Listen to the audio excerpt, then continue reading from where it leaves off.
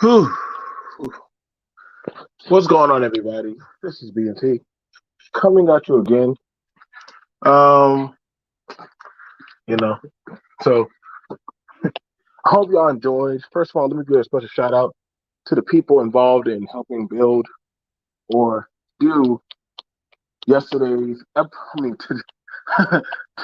episode just a few hours earlier. You guys did an amazing job. The numbers were great.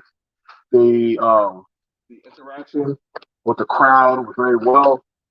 Um, I do apologize on my part, but also not so much because you know that meant that hey, like I said, BMT is not built or designed on one person to where one person has to or I have to BMT has to be on the panel.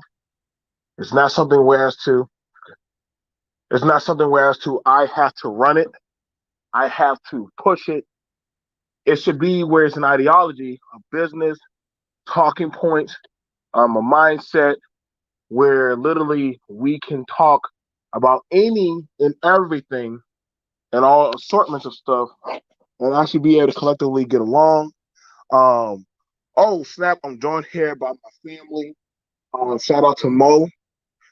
First of all, paying respects to Maurice Delk, especially in the building. Um, but like I said, that's my brother. We started out together. Um, so definitely, um, but I won't be running the panel today. No, sir. No. I told y'all I'm going to be doing less and less of running panels this year if I can help it. Shout out to one of my greatest mods, one of my battle brothers in on the combat field, um, Mano.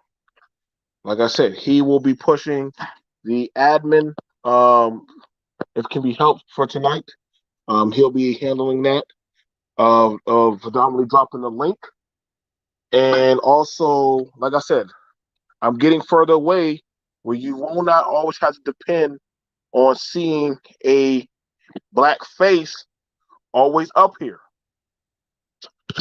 I know. Wait, what are you talking about, BMT? A black, not always a black face up here? No, you will not always have to see that. We practice what you preach. Y'all talking about what's going on, Kelly? The guest, the co-host, the guy who's going to be running it, pushing it, and doing the doggone thing um, for tonight. You might just see a whole group of white folks up here. I don't know. Hang on, let me fix that. Fix it. Yeah, there we go. Had to fix his name. Yeah, there we go. Had to fix your name. But you guys, earlier today, you know what I'm saying? We need to have a discussion. And we need to have a discussion about when it comes to censorship. This is not something that is just by me. Like I said, this is something that I am also bringing about this discussion and talking points. That everybody think, well, finally they got them Republicans, them conservatives, they got them. And I sat there and I was listening to a sociologist. Then I heard on Seth Rogen, then a guy from Israel who survived the Holocaust. And then he started talking about freedom of speech. And he said, well, and I will do a talk about it. I will be doing a talk probably later on about do we want should we still hold on to hate speech? That's going to be something I'm going to talk about later on. Not this show. Not this show. I'm not gonna talk about it. I'm saying it for another show. So if anybody's trying to talk about it on this show, y'all get the fuck on. I'm not trying to talk about hate speech. That's why sometimes I got things on ways on how I do things. But what I am going to be talking, what we're going to be talking about is censorship today. I believe I sent the material towards John. I'm not at my laptop or computer, and he needs. I sent it towards trailer. Trailer, could you screen share the thing I sent you? Yes, I most certainly can. And actually, I pulled up a couple other things too, man. I pulled up the Section 230, everything you need to know about the law on that. And I also thought that we'd bring up the difference between a public company and a privately traded company, because, that would also kind of come into effect with the whole, censorship on these platforms. Right. So, and welcome everyone. I'm asking y'all guys, help me, because I get censored. I get a lot. I get censored a lot. So, like I said, I don't know how long I'll be here on YouTube. You know what I'm saying? Sometimes I get tired where I'm like, I'm fine. But like I said, for right now, I don't mind being here. At this rate, B, I don't know how long any of us will be here on YouTube. Oh, yeah. I don't, yeah, that's true. That is true. That's true. Because if you look at it, you got the entire entertainment industry trying and mainstream media industry trying to take over a platform that basically we have turned into what it is now. All right, go ahead. Pull up the article. I already have. It's ready. It's just waiting on you. Okay. Did you screen share it? Yes, I did, sir. Yeah. Yes, sir. I did. Okay. You got it. Did you hit screen share? I sure did. It's sitting right there in my box, waiting for you to share it. Why doesn't? Okay, I might have to actually. Do I need it? I know I don't have to get on a computer to do that. You may have to. I don't know. Here, I'll let. If you want, no. Here we go. Okay, you found it. Phones are different. Right. So I'm learning how to be mobile, you guys. So again, this is different because now we're having it where I'm transferring it all over to her. So we have it over here, whereas to a company in Idaho, an internet company in Idaho, is challenging the mega billionaire corporation Facebook as well as Twitter. They're challenging the mega corporation of that. This is very important. The same people that have censored and silenced and put gray masking tape on any of us, you say the wrong thing, or you give out certain information, or you put out certain things out there, they can silence you. Same people who have governmental contracts, with Cambridge, taking personal information and sharing it without consent of the people. Markey has been a busy boy. But like I said, this is not, and I want y'all to make sure when y'all come up here, please don't be doing all that crazy stuff. I had to kick y'all, I am still a conglomerate company, but I definitely want to talk about this. Even I have to tone down what I'm saying because I don't want to get strikes on his channel. Thank you. Like I said, we just after today, we gained 100 subscribers that are women. We gained 100 subscribers that are women. That's huge. Because I guess we were talking about women contraceptive rights. Shout out to the women. So, we want to have the conversation and the convo about censorship. Go ahead, Triller. Lead the way. You want me to read this article to them? Yep. Go ahead, man. Okay, so in Spokane, Washington, a North Idaho internet provider, your T1 Wi-Fi, confirmed it's blocking Facebook and Twitter from its Wi-Fi service for some customers due to censorship claims. Your T1 Wi-Fi provides internet services to North Idaho and the Spokane area. The move comes after Twitter and Facebook banned President Trump from their platforms due to incitement of violence and undermining the transition of power to President-elect Joe Biden. The social media sites banned the president due to violations of their terms of service because Twitter and Facebook are private companies. Their bans on the president do not violate the First Amendment, which protects speech from being limited by the government. Your T1 Wi-Fi's actions, however, could violate Washington State's net neutrality law. Your T1 Wi-Fi said it decided to block Twitter and Facebook after the company received several calls from customers about both websites. It has come to our attention that Twitter and Facebook are engaged in censorship of our customers and information, an email to customers reads. The service provider said the change would go into effect on Wednesday, January 13th, in an email posted to Twitter by a customer, Krista Yep. The company says it was fielding calls from customers asking that the service not display the sites of the internet and that they didn't want their children to be able to access them. Our company does not believe a website or social networking site has the authority to censor what you see and post and hide information from you, stop you from seeing your friends and family, what your friends and family are posting, the email reads. This is why, with the amount of concerns, we have made this decision to block these two websites from being accessed from our network. The company did not specify what complaints customers had made. Yep said she found the company's email to customers alarming. I was pretty shocked that they were just coming out and saying that. Yep said if it's not illegal, it's highly unethical. Initially, the company said to many customers had requested the site be blocked, so it would block them for all customers except for those who called the company and requested access.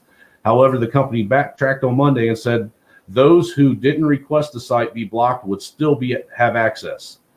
Just because you don't like what Twitter and Facebook have done, then you decide to block it for everyone else. So in your opposition to censorship, you're going with censorship, Yep said. Yep said she plans to cancel her service regardless of the company's backtracking. Their original email was pretty alarming and I don't trust them anymore, she said. Yep forwarded additional emails from the company to KREM. In them, the company states the 2/3 of customers asked for Twitter and Facebook to be blocked. In the emails, the company also wrote that their contract and acceptable use policy allows them to block websites if they deem the content break any rules or illegal or harmful to our customers and more. In a phone call with KREM, the owner of the company again said the websites would only be blocked for customers who asked. We've had customers ask to be blocked by it. That is what the email was about. So no, we are not blocking anybody, only the ones who have asked for it, Fink said. While your T1 Wi-Fi says they acted in response to censorship, the company's actions would also be considered censorship. In addition, they may violate Washington State's net neutrality law, which states that internet providers may not manipulate access to content. The law contains the following language. A person engaged in the provision of broadband internet access service in the Washington State, insofar as the person is so engaged, may not A, block lawful content, applications, services, or non-harmful devices subject to reasonable network management, B, impair or degrade lawful internet traffic on the basis of internet content, application, or service, or use a non-harmful device subject to reasonable network management, or C, engage in paid prioritization. A spokesperson from Washington Governor Jay Inslee's office said that the Attorney General's Consumer Protection Division was taking a look at the matter. Breonna Aho, that's a weird name, a spokesperson from Attorney General Bob Ferguson, said he takes enforcement of the net neutrality law very seriously. Idaho does not have the same net neutrality law. A representative of the Idaho Attorney General said their office lacks the original jurisdiction to be the enforcement authority in this matter. KREM has also reached out to the Federal Communications Commission, the FCC, for comment. And that's what we have on that. The one thing that I read in there that brings a big that's really a contention for debate, if you would agree, is whether or not Twitter and Facebook are actually private companies or not. Wouldn't you agree, BMT? I believe.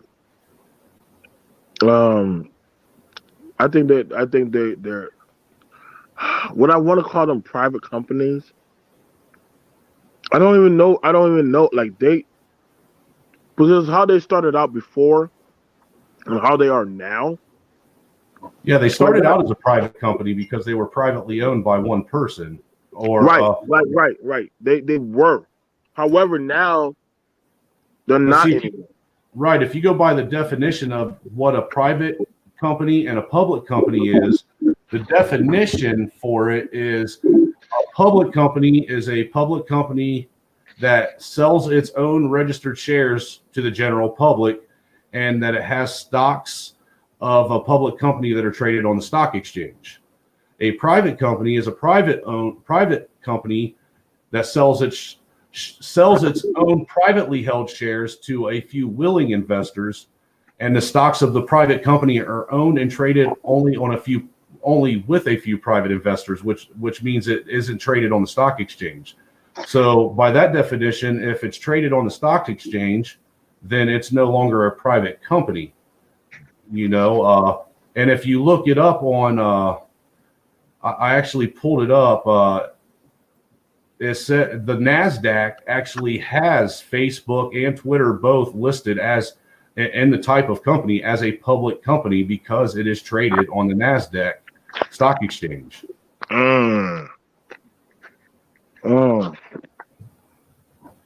So, I mean, that kind of takes the argument that it's a private company out if it's actually listed by the NASDAQ as a public company, wouldn't it? Right. It would because then that would mean somebody operating outside of. Look, that's like somebody. That's like, okay. At one point, the park or the ground where we used to play baseball used to be private. Yeah, it used to be a cornfield, belonged to a farmer. So he could tell, hey, you know what? Nobody can play softball here. Soon enough, the corn farmer takes some of his property and to make more money, and opens it up towards the town to where others can come and play. Others, so the town says, okay, we'll open it up to having a softball field. Hold up. You know what? Okay, fine. So long as I can still grow my corn. Right. But now you start to see people come out there and bring their dogs and do other stuff. Hold on, I don't agree with this. This is my cornfield. No, it's private. It's public now. It's public. But at that point, is it still public until the public actually comes and asks that farmer that bought that chunk of land that's now a ball diamond if they can actually have part ownership of it? That's where the contention comes in on the public or the private, because now you're allowing just the general public itself to actually have part ownership in this. Because like you and I can go and buy stock in Facebook and Twitter, so that's where you would be with the whole public park. We basically, you'd have a bunch of, say you got a small town, of around 1,000 people, and you go around and you solicit all the people in the town to pitch in, like $50 or $100 a piece to go and buy part ownership of this piece of land from the farmer, which now the farmer has ownership of himself. He might have 51% ownership, but with maybe his agreement is, I'll allow you guys to together have 49%, but now you guys are responsible for the upkeep, things like that. So now it went from being private and all his rules to now It's a public thing because there's public ownership. Oh, very good analogy. Very good analogy. So when we have now that we're here, I'm no stranger to censorship. I'm not. Trust me. Many times I've done been on uh doggone YouTube. I have done videos where 1 minute, hey, there was no problem. Again, I used to do videos with my sons with firearm safety and literally going over guns and showing ownership for home security and all that stuff. And then I did it, but of course people always ask me like, BZ, I don't ever see you talking about guns. Of course I don't. If you notice, most gun channels are gone. Now they probably have a few sprinkles of gun channels, but if you look at the date and time, a lot of them are old now. They're old, or they're heavily demonetized. Oh yeah, most of them are monetized at all. They have like investors that are helping keep them afloat. Right, there you go. But as far as going where Brian might want to go out and do a video where him and his boy will say, you know what, I'm going to show us going out there and hunting. Two men going out there hunting, a man with his boy and showing hunting and taking out a deer and any of that stuff. That is not allowed. Back then, you could show that on YouTube. You could have shown that on social media sites. You can't do that now. Well, actually, dude, you bring that up, and what was it? About 3 years ago, I actually did do a live stream of me and my 10-year-old son out at the range, and him shooting my 30-30 for the first time. Right.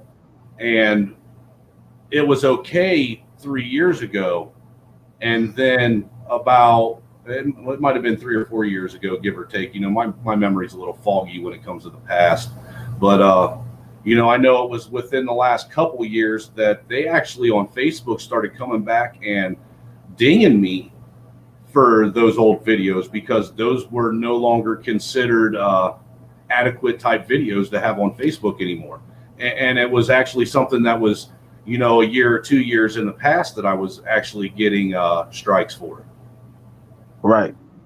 So we're seeing now, whereas to what was more so acceptable and allowed, where a man or a woman could talk about their beliefs, could talk about their ideologies. These things are now being challenged. They're being whistled at or whistleblown. And so it starts to become a dangerous game. Shout out to my brother. Me and Mo, I can't tell the time that at one time they used to be conservative before me and Mo came to YouTube. Yeah. Years ago, we used to have Facebook Live channels. Yep. Where we had bigger following than what we have now. Mm-hmm. Bigger following. We used to be doing live shows. We used to be doing meetup. All that stuff. Doing great numbers. Mm-hmm. So let me ask you, can I ask you guys something then real quick? Mm-hmm. Being that you guys have been on YouTube for quite some time now, I mean, it's probably safe to say that you guys have probably been on YouTube for a better part of a decade now? Mm-hmm. Yeah, it's getting close. Do you feel as though before Trump really got up there, we were already doing conservative talk videos. Like that's when I was heavily talking about conservatives. So do you guys feel like since you guys have been on for a while and you guys have actually been a part of the evolution of YouTube, do you feel as though that you guys are being restricted from the platform that you guys literally, I mean, literally helped build and create? Yeah, I think so. Yeah. I know. Mhm. I know. So we can. We have to. We walk. And I definitely know. I walk a tight line, and Mo. He's been struck plenty of times, and I've been struck. I can't afford any more. I can't make any more problems. Not to say that. That's why I'm very weary of what I put, and I always, and I believe Mo. He's very wary of what he puts. This is why we always have multiple channels, uh, Mhm. because of, um, and it don't even be stuff that we do. It'll be old videos that get attacked. Right.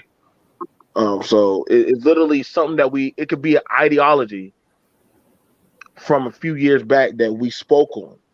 Mhm. Do you And find it? Do you think it's fair that a lot of the stuff that people are getting attacked on are things that are really based in fact, where you have legitimate source material that backs up everything that you're saying? You're not really just coming out with some fringe conspiracy theory, but you're literally like maybe reporting or having a discussion on something that legitimately happened.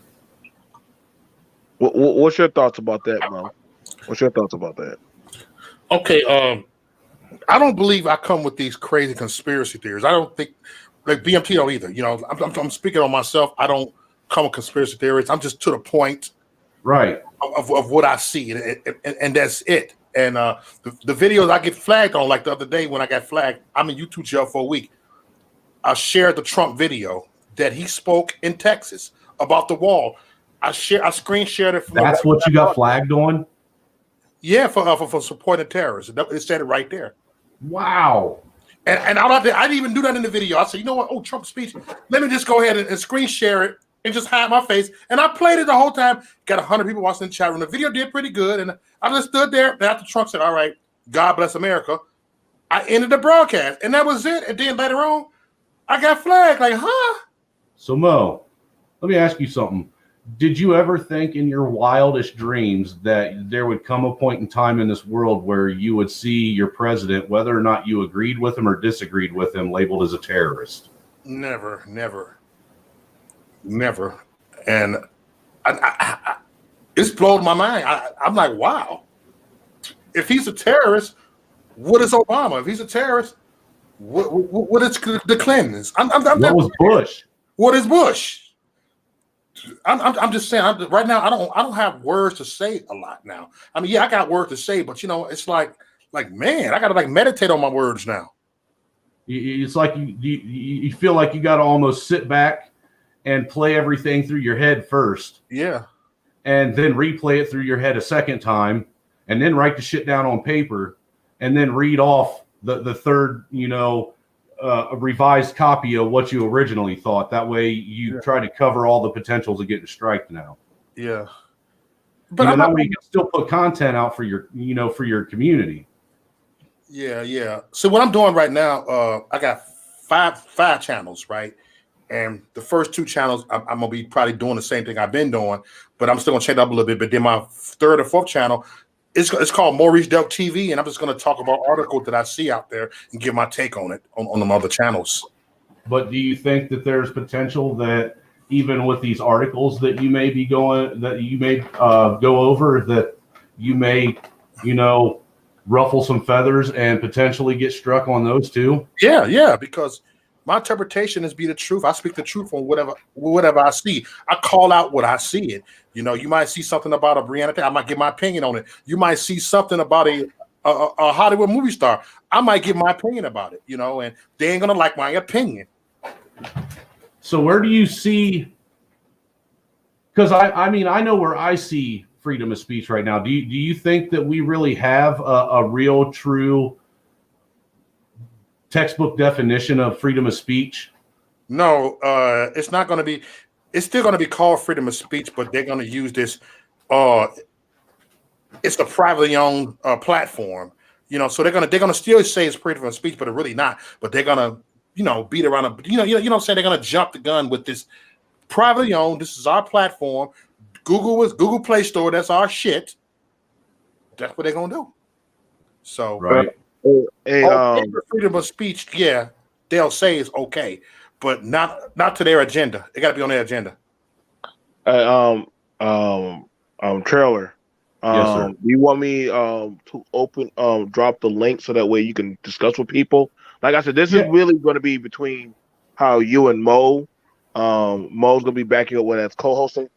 Y'all guys, I told you, I'm Yeah, not. if you want to drop the link and a couple people actually want to get on and have like a legitimate discussion about this issue, then I'm cool with it. I don't want to get like a great big huge full panel, like maybe a couple other people if they want to hop on and have an actual intellectual discussion about what's going on, but I don't want to get into a big old, Mo panel, the fuckery panel like I be having. I love you, Mo. Dude. I love thick skin, dude, brother. You know that, man, because that helps me get my aggression out. Yeah. There's nothing better than being the last man standing on the end of a thick skin only. Yep. Like I said, you guys, I'm not gonna be so much doing the panel. This is gonna be more so of Trailer and Mo. He's more so of a partnership. He's going to be backing it up with a lot of the thick skin family. Again, so again, we do this whereas to again, it's not as like we've always been doing this, and I'm telling you too.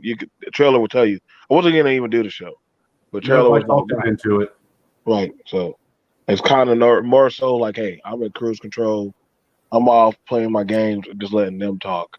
I told him if he wants to load it up and go take a nap, and I'd talk to people. And now I got Mo on here to help me out. Mo's always got something to say. So, like I said, Big Dre, if you want to come up, absolutely. A lot of you guys, this is not just a one-sided talking point.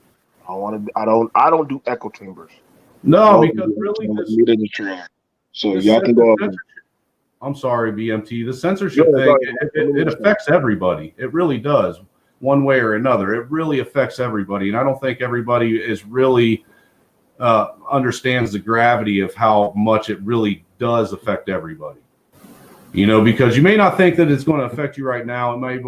The censorship may be one of them things where it's leaning more towards your favor and what you think and your ideology, but eventually it's going to move your way. I mean, that's the way these types of things actually they end up evolving. What I mean is it? Do you think that's a fair statement to make there, brother Mo? Hey, my bad. I lost my train of thought. I was kind of reading the comment section, man. Go ahead, bro. Go. What was you just saying? I said, I honestly believe that regardless of, a lot of people may not think that the censorship thing right now may not affect them. There might be some people where the censorship is more leaning one way or the other to where it doesn't affect them as much as it does some of the other people, like the people that are more conservative speak as opposed to the liberal and progressive speak. But eventually, the way things always evolve when it comes to any kind of censorship or stifling of rights, it eventually ends up coming your way too. That is the nature of the beast. That is how these things eventually evolve. Yeah, I agree. It eventually, you just gotta sit there. You gotta have your patience too. Patience is a virtue. Gotta have patience with it. Even though it don't look like, man, because sometimes the other day I wanted to just give up and just shut down my YouTube channel because I'm tired of this. I can't say what the hell I want to say, and I can't speak my mind. And I was a little discouraged. Actually, I was very discouraged. I didn't want to do. I'm like, hold on, man. My channel's growing, and then they hurried up and freezed it. And but I believe this too shall pass. I believe things do work out for their best. It works out eventually. But you got to be patient. Whether it works out here, it's going to work out with you, whatever. Trey, that's a dope ass Ice Cube. Yeah, Avatar. Yeah, Yeah, little tongue tied, man. it's just referring to shots fired. You know what Right. I mean? Yeah, shots fired. Right. That's dope though, man. Actually, I think I might try and screenshot that and draw that now, make a painting out of it. Part of the thick kid only panel. Shots fired. Boom. It's like it's triggered. Shots fired.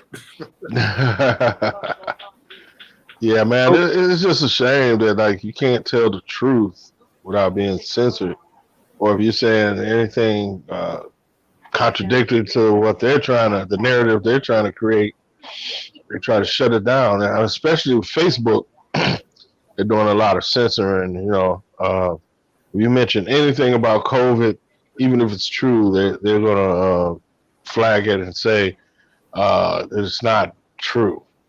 Oh, dude, trust me, I know all about that because myself, just within the last, I want to say probably 4 or 5 months, I've had to start 3 different Facebook channels. Mm-hmm. Yeah, they really on it on Facebook. And they really on me, dude. Really, really on me, because that's why I said, on BMT's channel, I kind of tone it down how I am. But like on my Facebook channel, if you ever go on there and watch any of my videos, I'm like Mo, dude. I am a very loud, proud, and obnoxious person a lot of times. No offense, Mo. You're not obnoxious. We love you, brother. I'm saying I'm not the worst. But you trigger people. You trigger people on purpose, and I love that about you. And see, that's what I do on my Facebook channel. I like to get people triggered because that actually gets discussion engaged when you trigger people. But the truth will do that.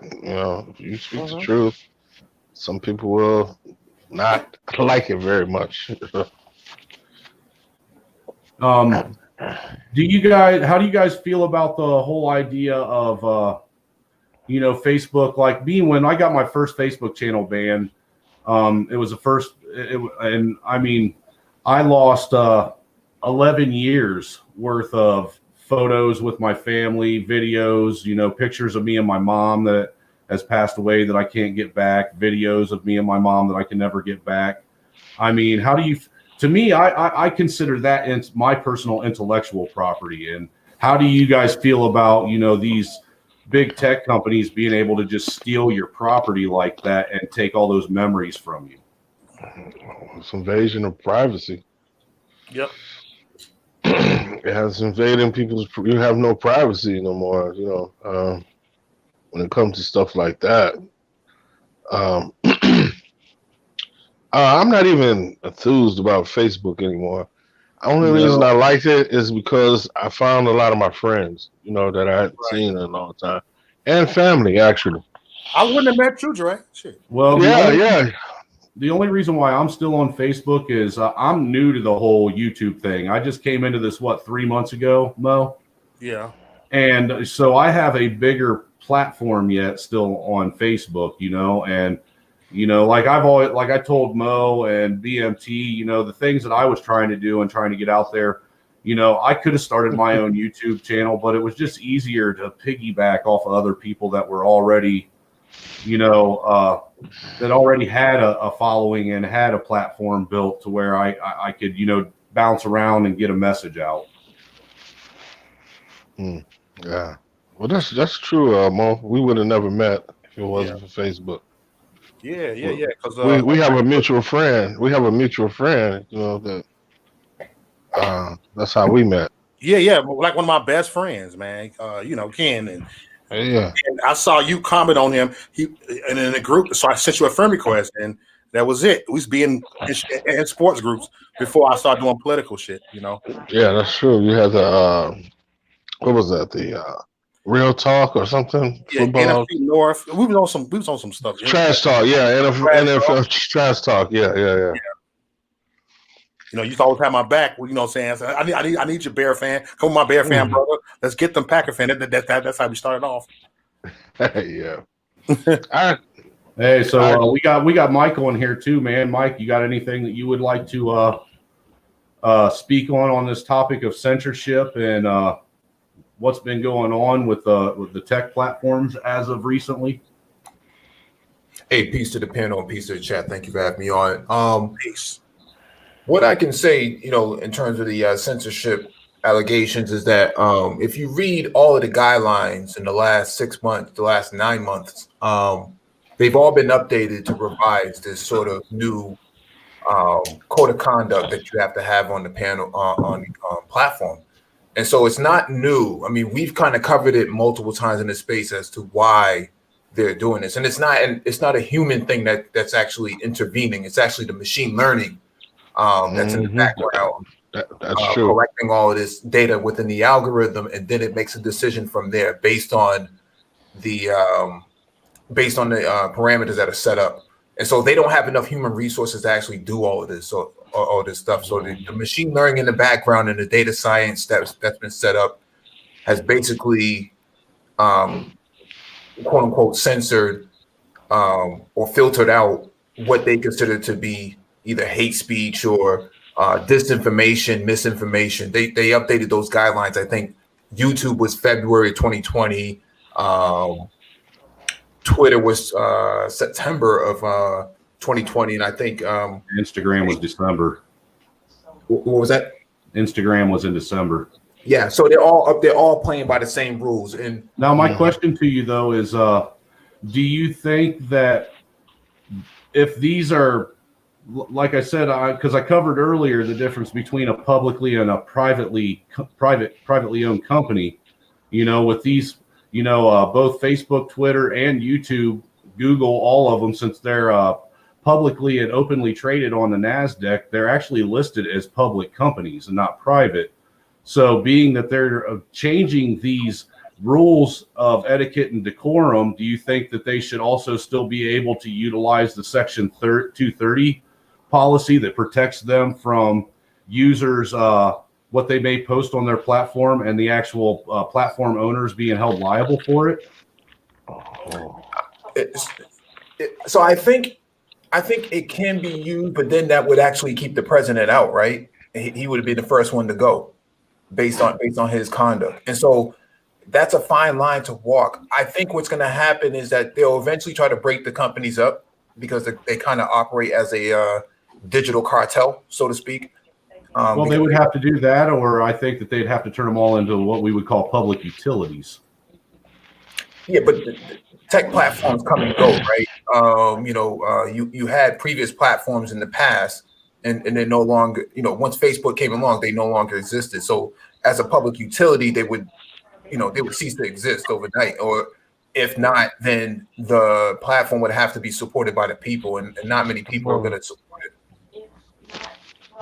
We'll put it back on. Oh, wait a minute. But so you don't think that if they went the public utility route, that there wouldn't be, people still wouldn't want to use some kind of online platform to be basically the public square? Because that's what Facebook and YouTube and Twitter has become now. Is more so the town square where people get together and talk about and discuss issues and things now. Yeah, because the people are what make it valuable, right? So if everyone's going to one platform, then that's where the value is going to come from. Not so much the platform, but the people who congregate on it. And so the ebb and flow of platforms, changes over every presidential cycle. A new platform comes along and usurps another platform. Before it was Facebook, and then YouTube, and then after YouTube, Instagram, and you understand what I'm saying? Like, right. You had BlackBerry, and then now then the iPhone came along and usurped that, and then Android came along and kind of usurped that as well. And so it's in the tech community, it's a really difficult thing. I work in IT, and I've been in IT for probably over 15 years now. It's not easy to really manage all this type of stuff. Do you write code, or are you on the back end of it where you actually run the information lines? Cybersecurity. See, I used to actually I used to build the core rooms, data facilities, and things like that. So I was the start of the tech part of it. Mm-hmm. Yeah. So if I think, to your point about it being a public utility, the people would have to own the code itself, and Facebook is not going to give up their code. Neither is YouTube. Neither is Google. They're just not going to do that. But in a sense, if it's publicly traded, they kind of have, though. I mean, yes, Zuckerberg would technically, and same with what's his name from Twitter, Jack Dorsey. That's his name. I mean, granted, I'm sure that they own majority stake and stock in the company, but there's still that 49% that's traded with the public. Where there's actually public owners and public has vested their own capital into these companies. Yeah, that's true. But the thing is, all companies in the United States that are publicly traded would have to fall under the same guidelines too. All of your banks are subsidized by your tax dollars, but you don't have any stake in the bank itself. And so that's why public banking is such a volatile discussion, because they don't want you having a public bank, and they don't want to stop receiving all those tax dollars that come out of our pockets and goes into their coffers. But at the same time, banks don't stifle free speech and prevent people from having discussions while they're in the line waiting to get their checks cashed. You know what I'm saying? But they do violate antitrust laws, though. Yeah, you do got me there. That they do. Yeah. Now you're getting. So now what the thing is we're not talking about antitrust right now. We're talking about censorship and the freedom of speech. I mean, I personally don't feel that any platform should be able to, whether they're public or private, if they're going to allow the public to be on it, should be able to stifle free speech. That would be your opinion. But if it's a platform that they designed, they have the ability to actually set those guidelines. Until otherwise, there's no way to really, to determine what's freedom of speech, because it's a private platform, and so you can't use constitutional rights on someone's private platform. But it's not a private platform. That's the thing. That's where the contention is they want to, there's a lot of contention there on whether it's private or public. Because like I said, I pulled it up earlier, what the difference is, and if you're a private platform, then you are not publicly traded. And it's actually literally listed on the NASDAQ as a publicly owned company. Right. And so therefore it can't be public and private at the same time.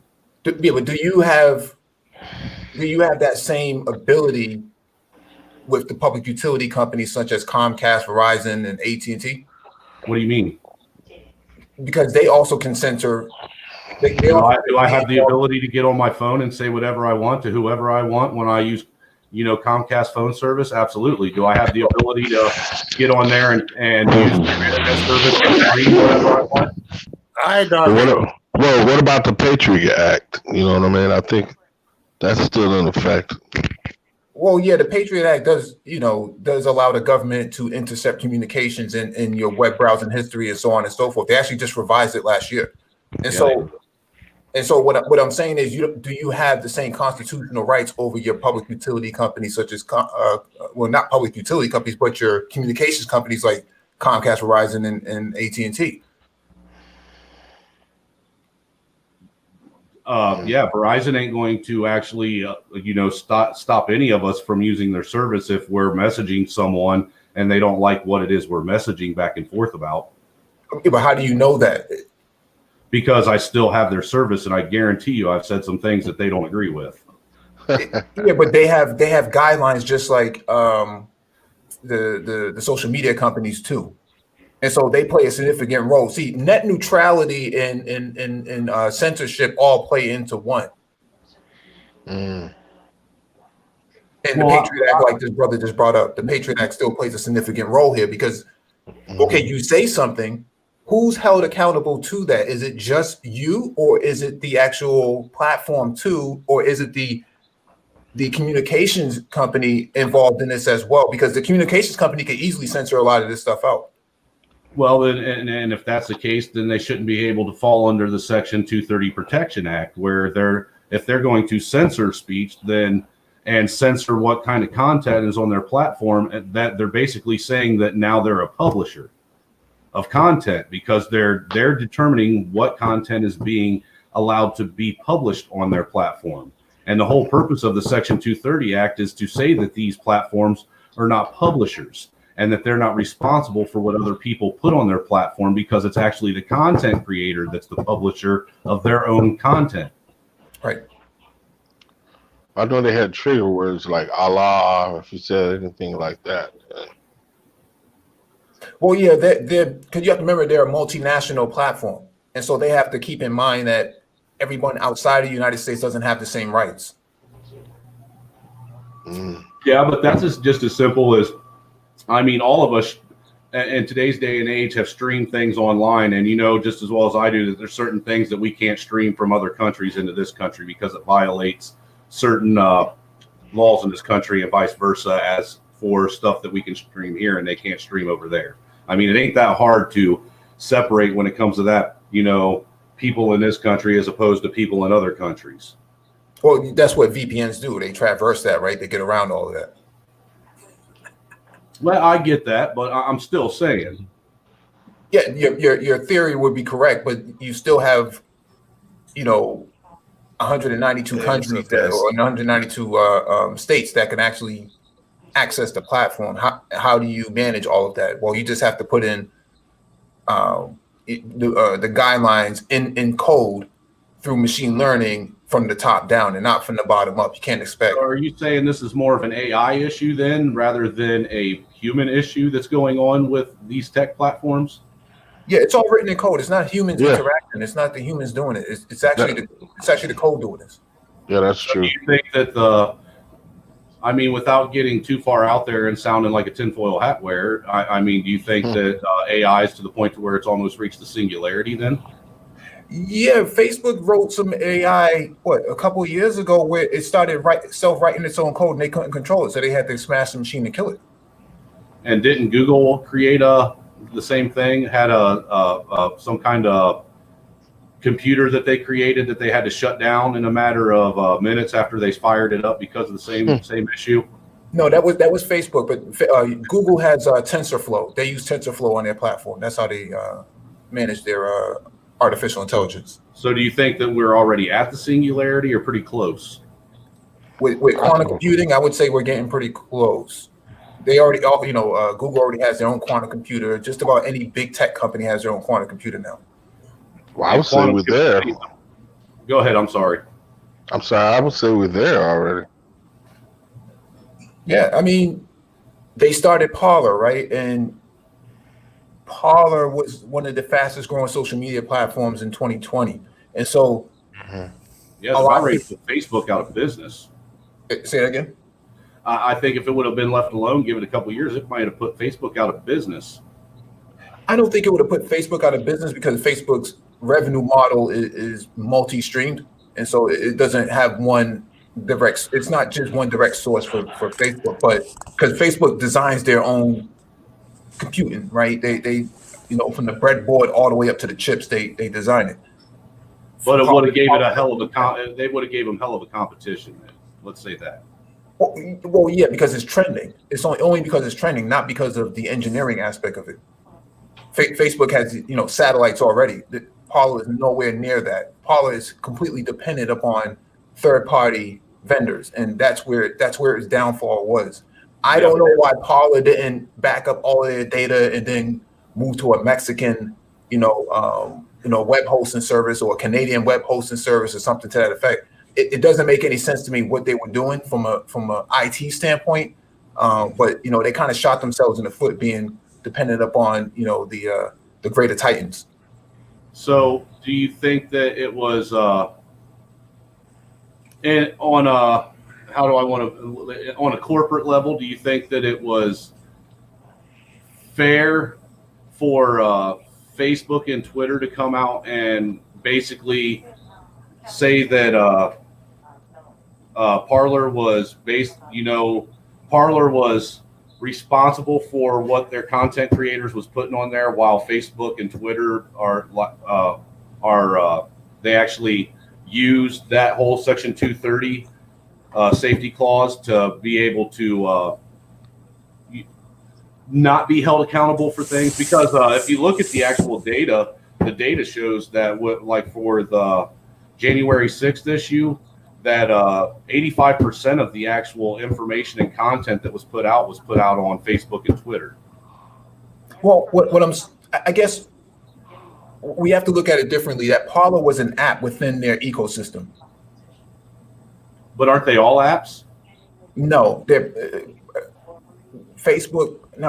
Apple and Google are technology platforms. No, what I'm saying Well, is they're apps Facebook too. They are But apps. Come on, but they isn't are Facebook apps. and No, they're Twitter? not.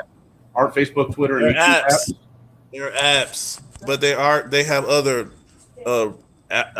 they have other businesses, but they are apps as well. Yeah, You know, but, so I know what you're saying. I know what you're saying. They're not exclusively apps. No, we're referring to the removal of Parler from Google and Apple's Play stores. I thought he was talking about the responsibility of them Yeah, being I was. held to different standards. That's I what I was. thought he was talking about. Because what I'm saying here is that Facebook, YouTube, and Twitter already manage their platforms in a way that they already had the guidelines in place. I don't know what the Parler guidelines was that allowed them to spread the information that was being spread on their platform. And They so, didn't have guidelines. say that again. No. What I'm saying is, they didn't have no guidelines. They only spoke to their agenda. That's it. It wasn't no guidelines. They didn't want us the guidelines. They want a true, natural, free speech on their platform. Well, and then they have their own platform, and maybe that's where the delineation is, right? That they should be able to do it on their service level, not on Google and Apple's Play Store, where they feel Okay, that. let me say something to this situation. I just wanted to say this. I mean, to me, business can do what's in its interest, but the framework should always be dominated and maintained by the laws of the country that we're in. You see what I'm saying? And so, if you're talking about free speech and you're talking about the Constitution of the United States, and if you operate within this United States, then I think it's a big mistake for people to be able to restrict free speech even in the workplace. But that has happened. Yeah. That has happened, and so everybody went down this rabbit hole, and now that those lines are being blurred. If you're in this country, you have to allow free speech. That's what I think would be, because when you start undermining that principle of the foundation of what the people are told, then what you're doing is you're undermining the actual foundation of the country. And then we get these situations here where people don't have clear guidance. And then companies are building their own little fiefdoms or their own little nations, almost their little nation states out of their employees. Don't free speech supposed to mean your own opinions? No, but where in the Constitution does that say that digital platforms have to play by these ideals? Okay, now you're getting all specific. Now hold on. There's no digital platforms in the Constitution because it was at 1776. But at the same time, putting things like that. You got to deal with principles. Remember, in 1776, our digital platform was the newspaper. That's where we were. But that's why the language in there is the way it is. That way, the Constitution could actually organically grow with the times, and it would still be relevant even as we evolve as human beings. So, can you yell fire in the movie theater? Yelling fire in a movie theater is different than free speech. There's a difference in inciting riot and panic than there is in Wait, hold on. Let's say something. Yes, you can yell fire in a movie Yes, theater. you're right. And it's legal. But you got to deal with the consequences. You can do it. Yeah, but what I'm saying is, and that's all I'm saying. So the point is, based on free speech is what I'm referring to. You're saying free speech in terms of the digital platform, but when you sign up to these digital platforms, they all have these guidelines. Okay, so the issue is this. The issue is this going to undermine what we have going on in this country, the integrity of what we have in this country as far as the culture, or is it not? So that's the framework that I would look at, is yelling fire in the what have you in the movie, is that going to if it's not true, is that going to that basically lying and slandering in order to hurt people specifically? That's a different issue versus you expressing your true beliefs in a debatable issues. Some of these issues are very debatable. You know, Absolutely. this is people's opinions and their true heartfelt opinions. That's totally different than going somewhere and speaking lies that are absolutely intended to confuse people in order to hurt them. You And know what I'm cause saying? chaos and Especially, panic. you know. Yeah, but So that's all. Yeah, but we're talking about the platform itself, right? What YouTube has, It's in the country. Okay. No, I mean, that doesn't hold weight in somebody else's platform. See, That doesn't hold weight in someone No, else's. no, no. See, that's the problem. Well, then, if it doesn't hold weight, if you don't want to abide by the culture laws of of the the land. country, then you don't hold weight in that country, and that's what I mean. Yeah, So, but I mean, true enough, you have they've let this happen. Hold on, let me just suss this part out. Hey, They've listen. let this happen. So I'll agree with you. Adequacy. Hey, hold on. BMT's trying to talk. Okay, listen. First off, the manager already called.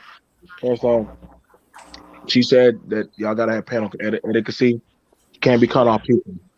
You want to have panel adequacy, so that way people can talk. Don't cut people off or overtalk people. Panel adequacy, good conversation. You know what I'm saying? We're already paying so that way we can keep this on Facebook. Please, panel adequacy. You want to hear people talking point. Don't cut people off. Okay. And also, shout out to the $5 super chat from Maurice Delk family. White women, Yes. white women matter.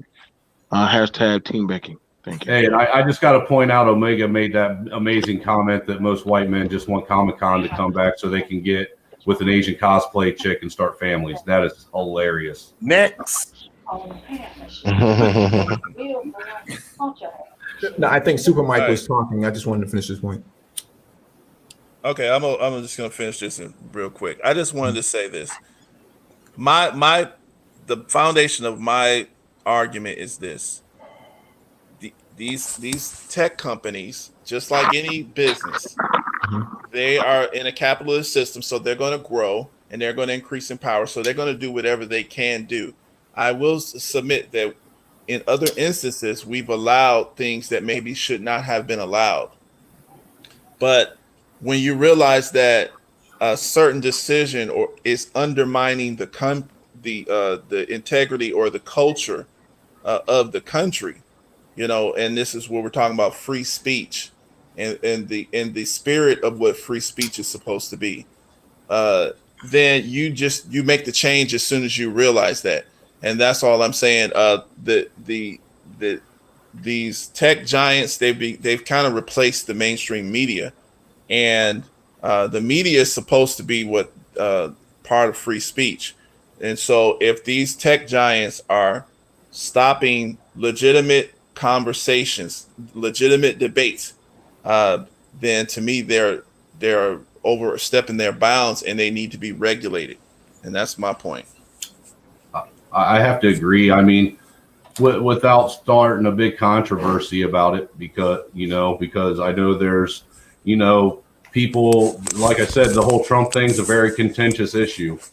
People have their feelings about it, but imagine if Facebook and Twitter told Obama that they were going to shut him down and not allow him to speak, or if they did that to Clinton or Bush or any of these other presidents. I mean, we literally have had our president told that he can't have free speech on any of these platforms, regardless of whether or not you agree with what he's saying. That is the president of the country, man. And I never thought in my life I would see that. No, he violated the terms. That's the difference. But his terms lie under the Constitution.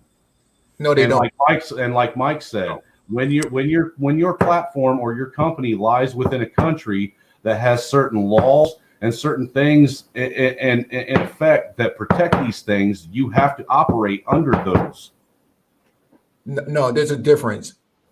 The guidelines that were written under Twitter supersede the time that he made the comments, and so he already signed up to these sort of these sort of AUPs, or acceptable use policies, when he made those comments. So he was given one warning, and he broke the warning anyways, and then made further comments, and that's what got him suspended.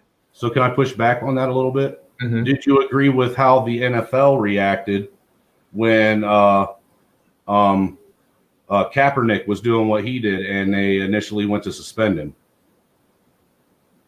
Say that one more time. When Kaepernick was protesting and having free speech on the football field, did you agree with the NFL for initially suspending him for it? NFL has different guidelines than Twitter, and so that's still a private company, and they chose that their guidelines were they weren't going to have political speech and political rhetoric on the football field. Well, and realistically, technically, he didn't do anything wrong, you know. Well, but he may not have, but in the eyes of the NFL, he did. And see, that's where we're at with Facebook and Twitter. That's a different story. Say what anybody said is wrong other than Twitter and Facebook. It's a different story, because the NFL is not a communications platform, right? It's a yeah, they are. It's not a communications platform. How are they not?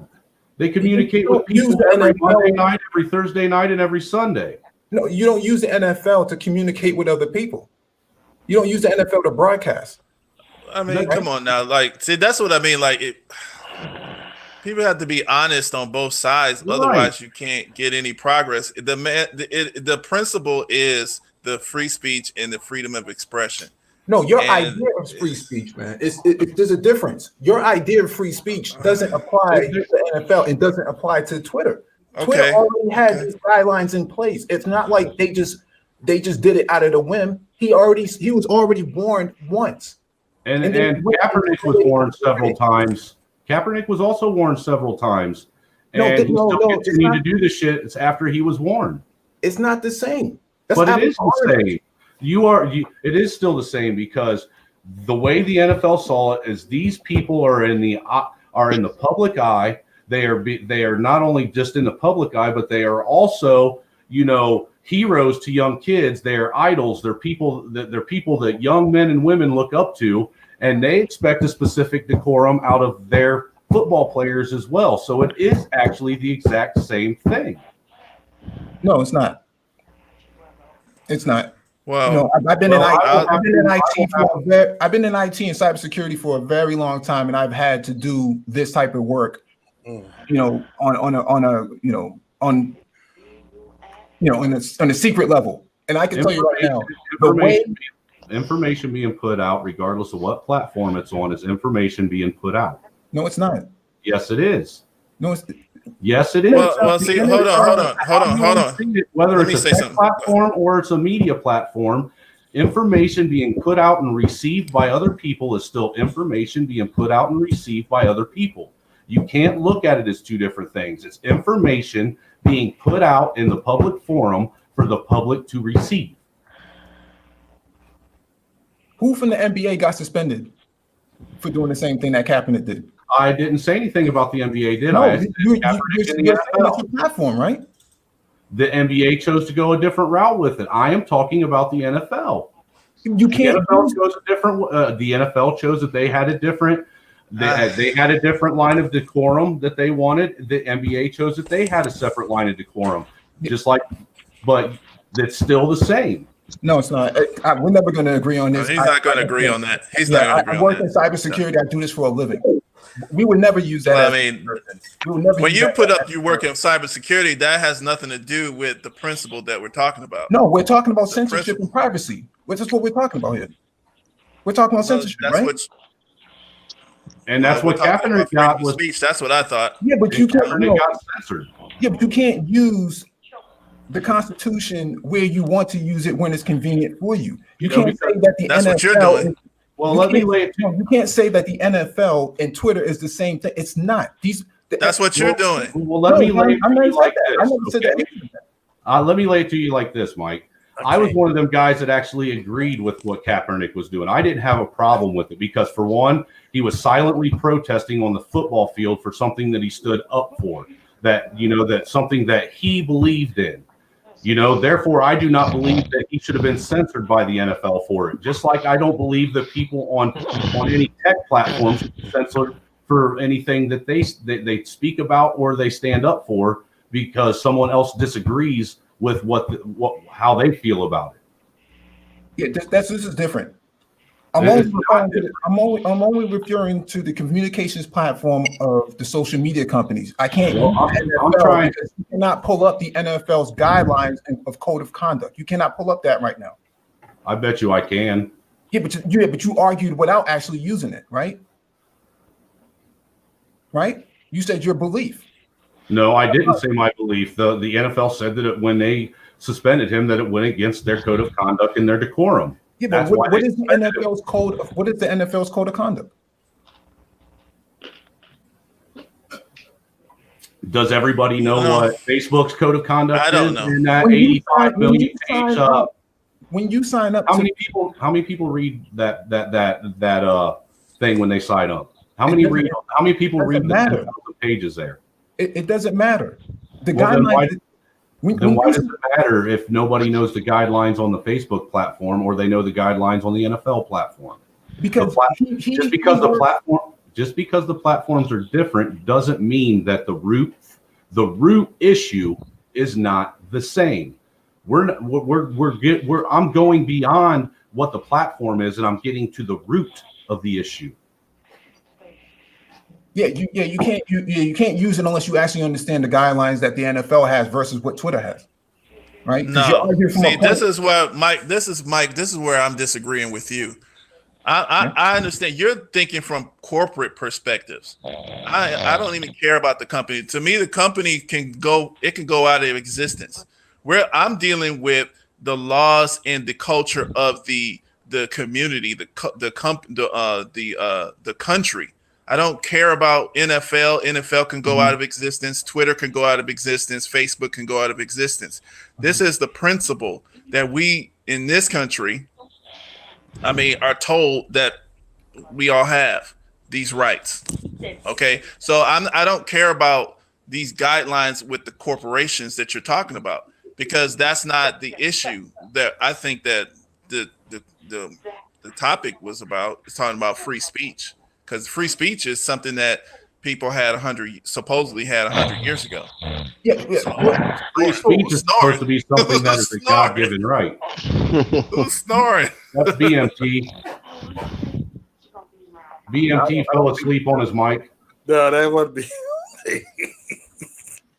I think I want to stick with just Twitter and social media platforms for right now. I know you want to stick with them, but see, this is where we're going deeper, and that's the reason why I'm disagreeing with you because you want to stick with Twitter and all of these companies that we like. Literally, these companies could be demolished tomorrow.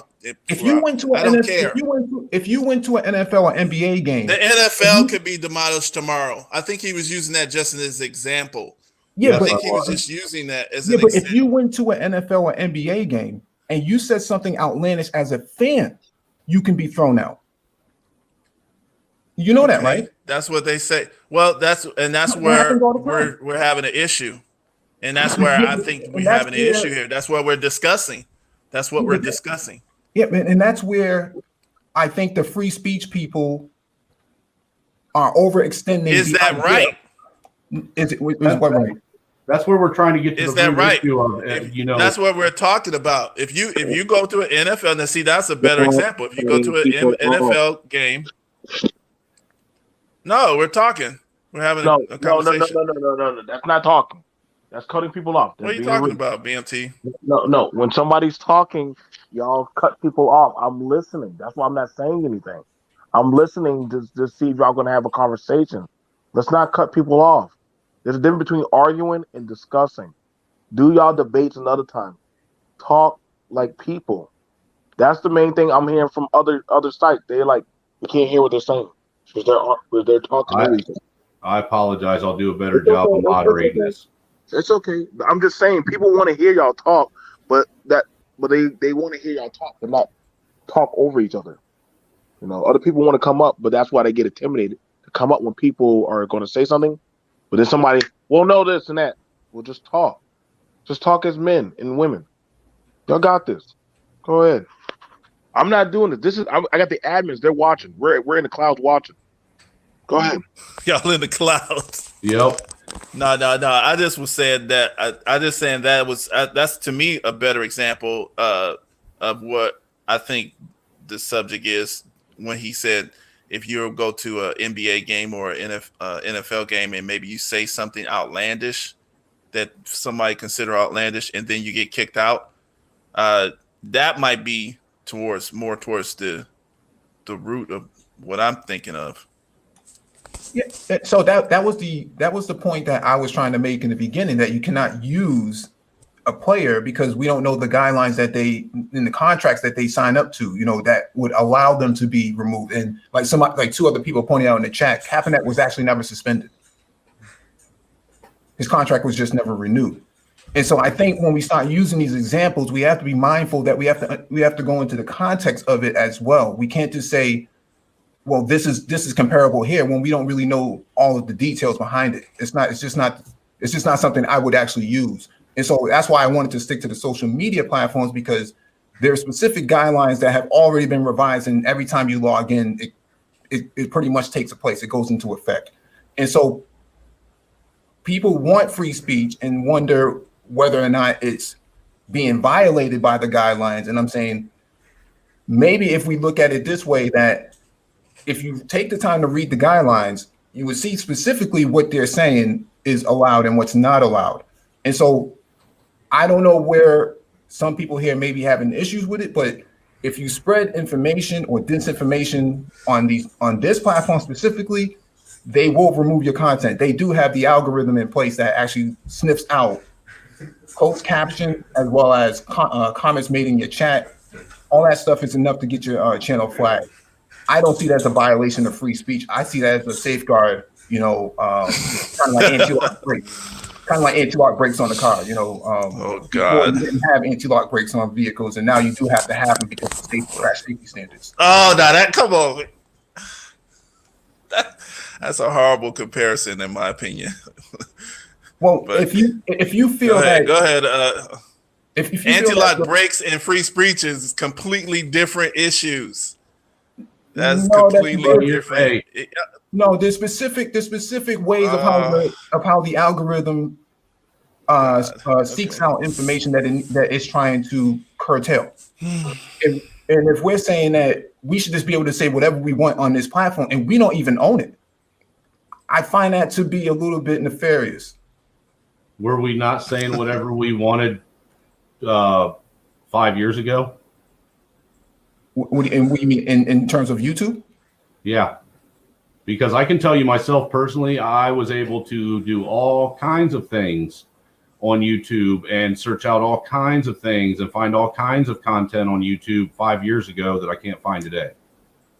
Yeah, I think at one point it was loosely managed, and then after a while it did become more, more granular in terms of the management coming from Silicon Valley. But I also think that the European Union played a significant role in how content gets managed as well. So why does another country get to tell American people how the things are going to be run in America? I don't think they told American people. I think what they said was in our jurisdiction, this sort of content is not permissible.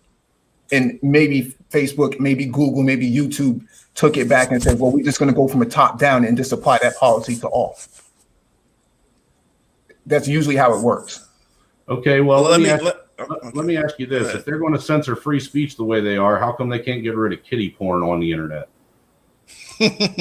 Well, it's hard to track that stuff down because I do that type of work for a living, and it's usually in the dark. It's usually in the dark web. It's usually not into the gray web. Well, I'm gonna say this here. Go out and look for that type of stuff. Now, let me say something about that. when you made that comment that top down from the tech giants in Silicon Valley here, that just shows you that the center of power is moving in this country is moving from the decision-making power as far as ideas, and media, because this media is now, extremely powerful now. And the center of ideas is in control is moving from Washington to Silicon Valley. And and if they can dictate who goes on their platform, who does not go on their platform, they can determine elections. They can determine trends. They can determine, and if these people are not elected, they make the regulations and rules, right? And we all agree to them as we submit ourselves to use their platforms. So, they are now the focus of our attention. And so, just like in any other point in time in human history, when a center of power is being looked at and we feel that they're making mistakes, then we're going to criticize them and we're going to focus on them. And if we don't like what they're doing as a group, then we're going to regulate them and destroy them or break them up. That's just how it is. That's just the pattern of human development. So, yeah, if that's what they want to do, if that's what they want to be, if they want to be the people who, if Zuckerberg wants to be the person that gets himself in the middle of regulating what can be said and what can't be said, and he's not even an elected official, then, he's going to get that heat as it goes on, as time goes on. And so that's just how humans work. So now, I think that's first, I do want to throw out there, everybody in the chat, you were right. I was misinformed with what I said about Cap. He wasn't suspended. He was benched, though. I did see that he was benched. I did read that for a game or two. And he was heavily blackballed by the NFL after all that stuff happened. That being said, now back to what Super Mike was saying. Is it fair to say that these tech companies have become more of a monopoly rather than a company now?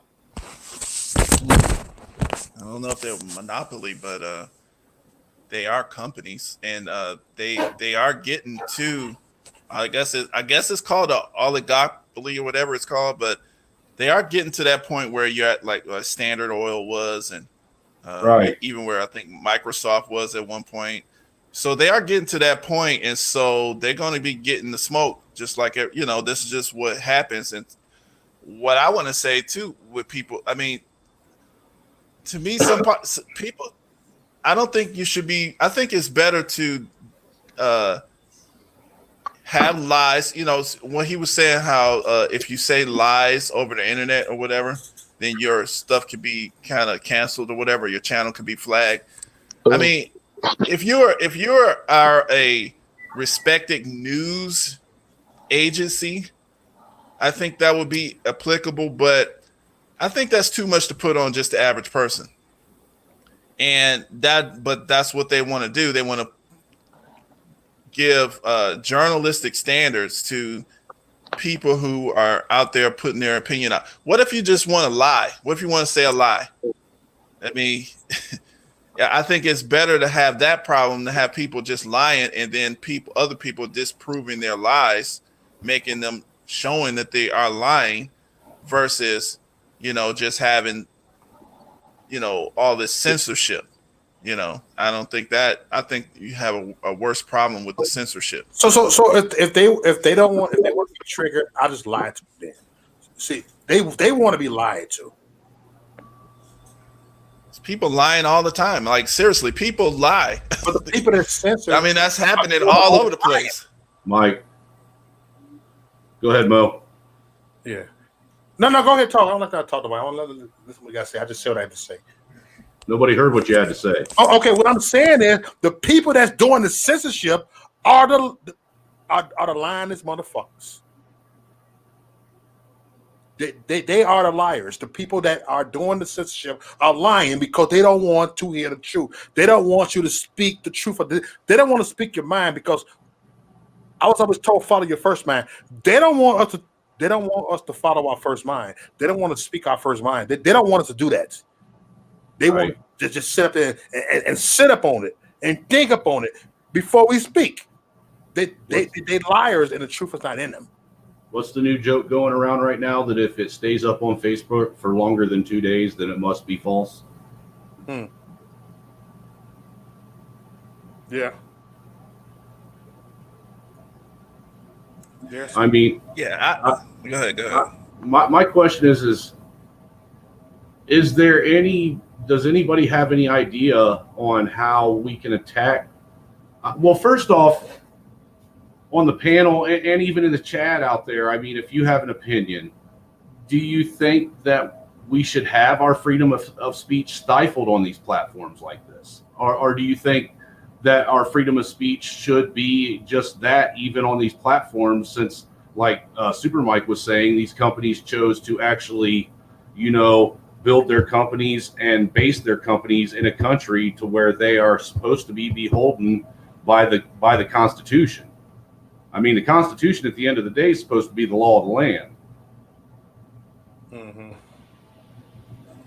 That's what I thought. I mean, if it's wrong, then just be upfront about it. Like, okay, we're taking over your country. This is how it is now. We have the money, we have the power, and this is how it's going to be. Because to me, that was a message. Now, like, I'll tell you straight up, I don't like Donald Trump. I know people. I agree with certain, but I look at people as I don't necessarily have to like them, but if they say something that is true, then I'm not going to pretend that what they said wasn't true just because I don't necessarily like them. I'm going to keep intellectual honesty. Right. You see what I'm saying? To me, all politicians are liars. Yeah, go ahead. Right. Go ahead. I mean, well, you got to look at politician. What's poly mean? If you break it down, it means, does it not mean many? Multiple, and then what is tick? A blood sucking leech, basically. Right.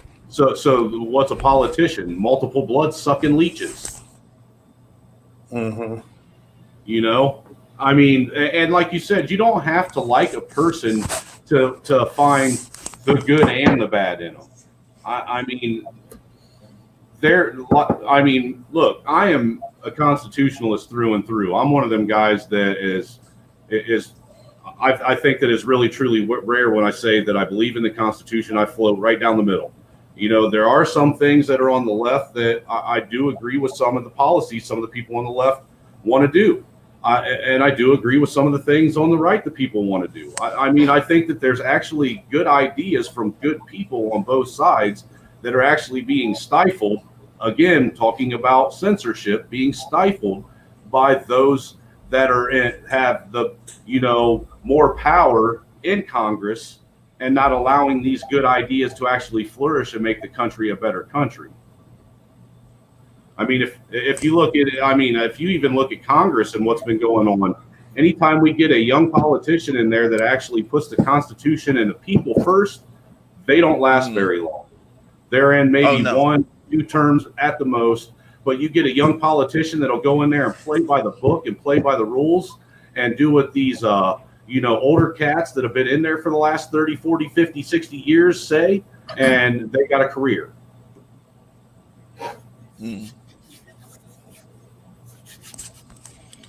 What'd you think about that, Mo? These career politicians? Any of it. Like he said, what I'm saying is you got free speech, right? You got free speech and you don't. And if you fit up to their agenda, I'm just saying on my thing, if you fit up to their agenda, you're good with them. What are you on the right side or whatever? Because they still have their picks on that. They still will pick the swamp that can speak. I So, honestly believe that, free speech being in the First Amendment was done intentionally, because if you don't have the freedom to speak out against your oppressors and your aggressors, then you don't have the right to do anything anymore. but has it ever been free speech? Because during the civil rights era, it wasn't free speech when blacks got to speak out. It wasn't free speech. But then all of a sudden they decided to change the shit with the bathrooms. Color only, the fountains and all Jim that. Crow. But guess what? They still find another way to censor you. Look, now we can speak out and say we proudly black now. Now we can speak that. But in the 60s and 50s, if we say we proudly black, we'd be dead. For real. That's truth, though. There is truth behind that. Yeah. If you white and if you say you love the people that probably black, you a Negro, a ninja lover. Yep. Well, to your point, Mo, Or an interloper. to your point, Mo, the purpose of the Civil Rights Act was to redress the government on the constitutional rights of the people, right? And so the 14th Amendment was supposed to protect black people under the rule of law, and these states were not upholding it. Yeah. But right? And so if we pivot to social media, they're not saying you cannot talk on their platform. They're saying that there are specific guidelines that they have for where there is a red line of what's considered to be disinformation and bad things, or things that are legitimate. But what They're I'm saying you got to talk they protected black people before, right? They look. It was for to protect black people. Let me rewind it. Okay, you got the new shit that's going on right now, and right now they still don't protect black people. And I'm not even talking about leftists and them. I'm talking about right here. What I'm fighting for is I want to protect black. I want to help black people. I want to help the black community, and I want black people to speak out more. And they still shutting black people out because people like myself speak out for black people, and they don't like it. They hate it. That's why they hate me more. That's why they come. That's why they will censor me more than they will censor white conservatives, because I do speak up on black issues. I speak up on black issues, and they hate that. They hate that because I'm sorry, but you got the BTAs and all of. They don't speak up on black issues. I'm one of the few conservatives speak on black issues, and they would target myself first before they target other black conservatives. Hey Mo, and don't forget people like me who are willing to walk into a black first community, and try to understand and learn the history and try to bridge gaps, are right there behind you as the next targeted people. There's so much shit going on right now, and I don't even have words for all of it. I'm still meditating right now. But once I get it out, watch out. There's so much going on and coming from so many different angles that at this point we really don't know what's fact, what's fiction, what's right, what's wrong, what's real, what's fake. I mean, and it's all coming all at once, man. Right. To me, the value of the freedom of speech, the spirit of it, because, and another thing too, when we're talking about the spirit of laws and rules and things like that, sometimes you can't quantify it technically, mathematically, precisely, because sometimes it applies here and the spirit applies differently in a different circumstance. Okay, so I think that's sometimes when we start getting real technical, I know that becomes a problem. But what I'm saying is this here: the value of the freedom of speech.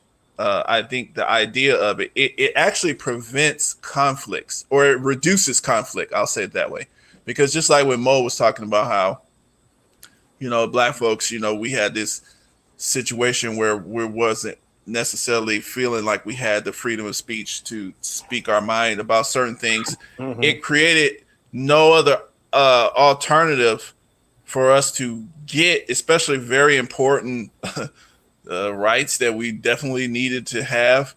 Okay, so what we're going to do here, we're going to riot. We're going to tear every damn thing up because you're not listening, right? You're not listening. So let's tear everything up. So, you know, and that's probably happened, you know, during the French Revolution and all these other little revolutions and whatever that people have. When certain things can't be, or enough people feel like they can't express certain things, and then when we have to talk among ourselves in these little private corners, and it's so many of us, and now we're all agreeing. When one little inflection point happens, then everything gets torn up. And see, that's what I think we're seeing, because people on these high ivory towers, you know, they want a certain thing to be true. But the people, there's massive millions of people who do not agree with them. Okay. And the ivory towers don't want to hear what the masses really want. And so the ivory tower people, they feel like they can force their hand because they have this technology or whatever they have. And so there's no other expression but all of these street work here. All this violence, all this stuff that's out here, because you can't influence policy, you know, with the old, you know, speaking out, you know, because being able to speak your mind, even if you're completely wrong, you see, that can help you to I think that can help reduce conflict. And that's another value of freedom of speech, you know, that I think people are missing. Exactly, man. You know, and I like where you're getting at. I like where you're getting at, you know, and like, wow. It's so much stuff. Go ahead, bro. We got to understand that, you know, for me, I think that it almost feels like we are being forced to think in a hive mind, you know, in this echo chamber where they want everyone to think alike, act alike, be alike, present themselves exactly the same. And to me, I think differences between human individuals is what actually promotes the evolution of mankind. You know, one of my favorite analogies to use is, you know, with differences is, I mean, imagine if we didn't have Thomas Edison and Nikola Tesla, who both had varying ideas on what was the best way to produce and put energy out there for people to be able to power their homes. Imagine if we didn't have that war, we didn't have those two people that thought on the two opposite ends of the spectrum. Imagine if they both thought that DC was the way to go.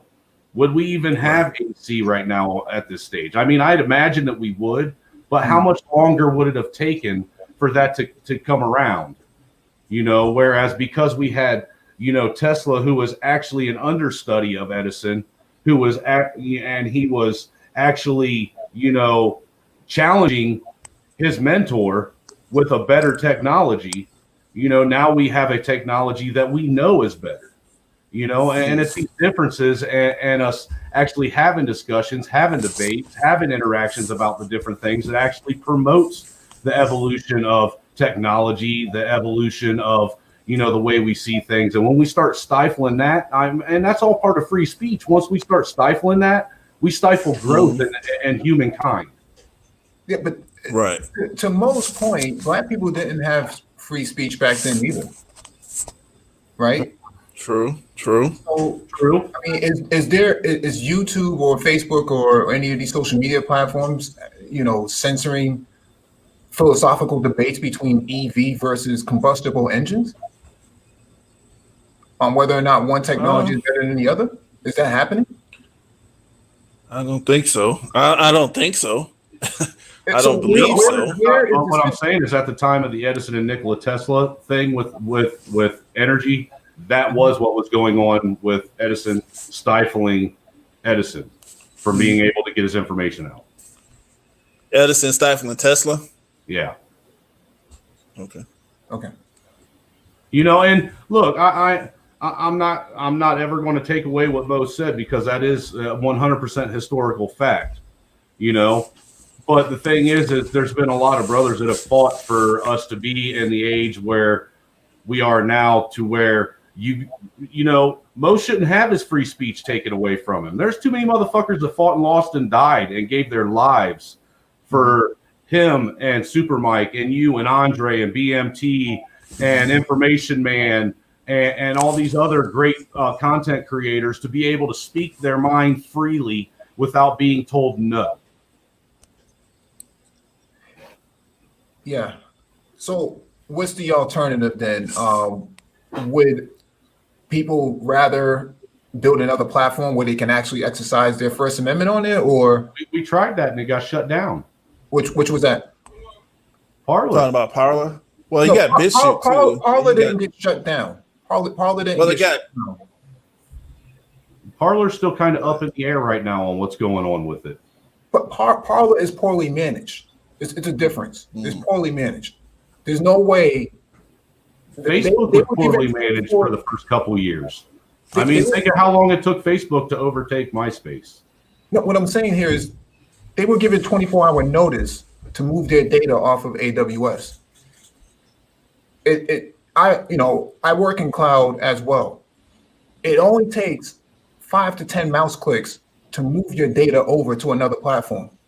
I'm not sure what was going on with the management at Parler. It sounds to me like they tried to stand up to AWS. They could have moved it to Rackspace. They could have moved it to DigitalOcean. They could have moved it to Oracle. Wow.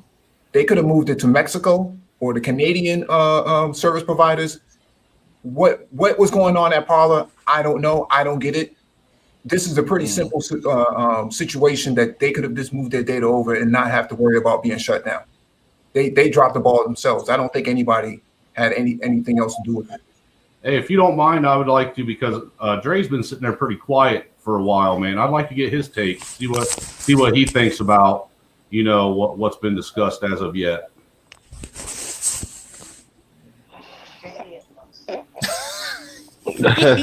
Yeah, funny.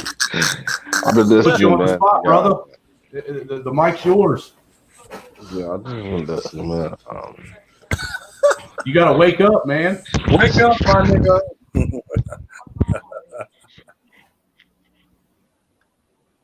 I think I was asleep the whole time. It sounded like it. No, man, I was. Man, this is just censorship is just taking over everything, man. You know, everything's got to be censored. They have to control everything that people say, what they think. You know, if you're not going along with the narrative they're trying to do, it's going to be censored, period. There's really not much you can do about it. Like he said, like my man said earlier, computers are doing that job now, you know, and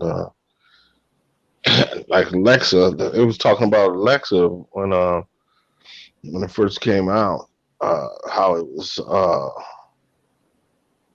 people were like, police were reacting to things that they were saying in their house. And next thing you know, police is at your door. You know, it's just crazy, man, how we're moving into the age of technology, and it's just imagine what we'll be doing 10 years from now, you know. It's just going to get more advanced. That's deep. Yeah, man. Think about. Oh, go ahead. Yeah, well, you know, it's what it's going to be doing the next 5 years from now. It's almost like, if you think about it, what we're going through now is almost like the Industrial Revolution all over again with the tech revolution. Yeah. Because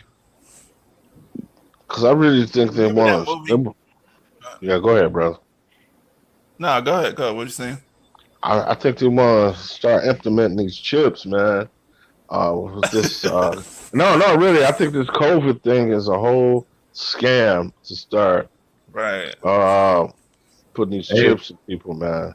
Hey, if you want, Andre, I got a video that I will share with you. I won't say what's on it, but I will put the link up here if you want to watch it. It's on BitChute. Okay, I will. It has to do with a actual. She is an accredited doctor who breaks down the genome sequence of COVID and Homo sapien. Did y'all see that Sean Skelton lady? Sean Skelton? No. Y'all didn't see that one? Yeah, No, that's on BitChute too. Yeah. Yeah, that's serious too. They banned it off of YouTube and Facebook and Yeah, so there's definitely some truth in there if they did that, man. Well, this one was banned off of YouTube too, man. Now, granted, it's on a dude's site that, you know, some of his information is kind of questionable, but what he shared was a video from, like I said, he didn't talk it. All he did was share a doctor's. Holy shit! I can't get on BitChute. Damn, wow. They got you. Wow. The computer is already at work. Oh, let me try. What the heck? Hey, I'm on BitChute, man, but you can't do live stream on there. I gotta record videos and put them all on there now. You know. Oh, yeah. I like to live stream. Yeah. Okay, well, come on now. Anyway, no.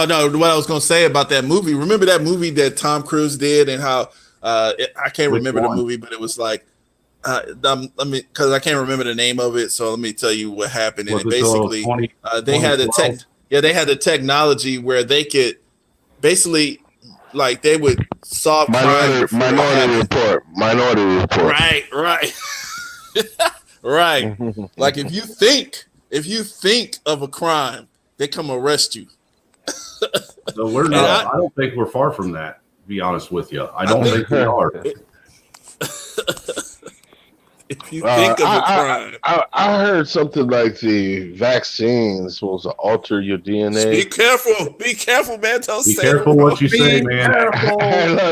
Hey, first off, you gotta. Hey, look at they watching us. Yep. Hey, man, I'm a habitual line crosser. I do that, man. That's time out, man. You got to remember the YouTube gods and the platform of content. Gods are in the cloud watching every word we say right now, and the last thing we need is to get dude. We wake BMT up, and you know that's going to rain hell on us. Well, I'm just only stating the fact. You know what I mean? Well, refer to it as refer to it as a cerveza bug. Then let's say the shot. The shot. That's what I call the cerveza bug. Or hey, you see my avatar, right? That's what I do, man. and I was worried about my mouth getting BMT another strike. Oh shoot! Yeah, let me. I'm trying to be careful. But that's the thing, you know, that's how bad the censorship thing has really gotten. Is that that's real bad. You gotta watch everything you say, otherwise you're on a strike and you're shut down. Let me. Go ahead. It's really kind of. I don't even know the word to use, man. You know, it's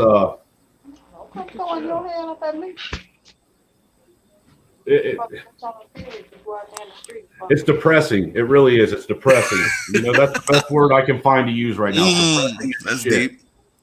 You know, because, you know, I thought look, man, it almost felt like there's a certain point where we were starting to progress in life, you know, and our kids were going to have something better. And then all of a sudden, bam, we hit a brick wall again, you know, and here we are. It's 1984, and 1984 is supposed to be a fiction book, not nonfiction. Right. Yeah. I found these in a box. But you know, the thing is, though, whatever you see that's so-called fiction, if it's possible physically, there's somebody somewhere trying to actually make it happen. Yeah. You know what I mean? So, yeah. They do that a lot they do that a lot in movies and stuff like that, you know. Right. Yeah. Well, I've noticed that in my lifetime, movies have been used to, it almost seems like, to desensitize people from what's coming down the pipeline. That way you're already prepared for it. Yeah. Yeah. It's a movie I called remember I'm sorry, it's a movie called Contagion. If you guys have seen it, oh yeah, I Yes, see I've that. seen that. that's happening right now. You know. Mhm. Actually, if you read Stephen King's The Stand, you Mhm. know that was Yeah. about this right here. Yeah, I remember that. Yeah. You know, see, they will not let me on BitChute. Them cocksuckers. Dang. See, and that's the thing. That's the criticism I also have about pure. Man, I don't know it. Like some of the things in capitalism or how if you don't have if you don't have a good regulator, then if the big capitalists get control of the regulator, then you know you got a problem. And Well, because sorry, go all ahead. players have to be able all players have to be able to compete based on the laws or the rules or whatever. And you got to make your money within that framework. Now, the thing is, of course, the capitalist, he wants to get all the money he can, and then he wants to start controlling the rule makers. And if you let that happen, then you really don't have, to me, I don't know if you have a good system anymore. So, Well, if you haven't noticed, what we have now, in my opinion, and a lot of people's opinion, is what they call a laissez-faire capitalist society. mhm. You know, and you remember how, what was it, back in I think it was the mid to late 90s, they started making lobbying in DC illegal. I never heard of that. Go ahead. So how they got around it is, you know how they say now, when a congressman or woman comes in and has to pay dues to the party. Mhm. Have you heard that term? You know, I somebody never pays. had either. I never heard that.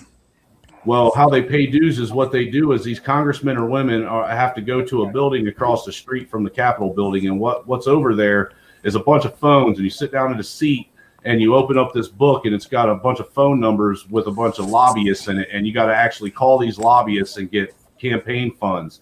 That's what your dues are, is going out and basically begging lobbyists to give you money so you can donate that to your political party.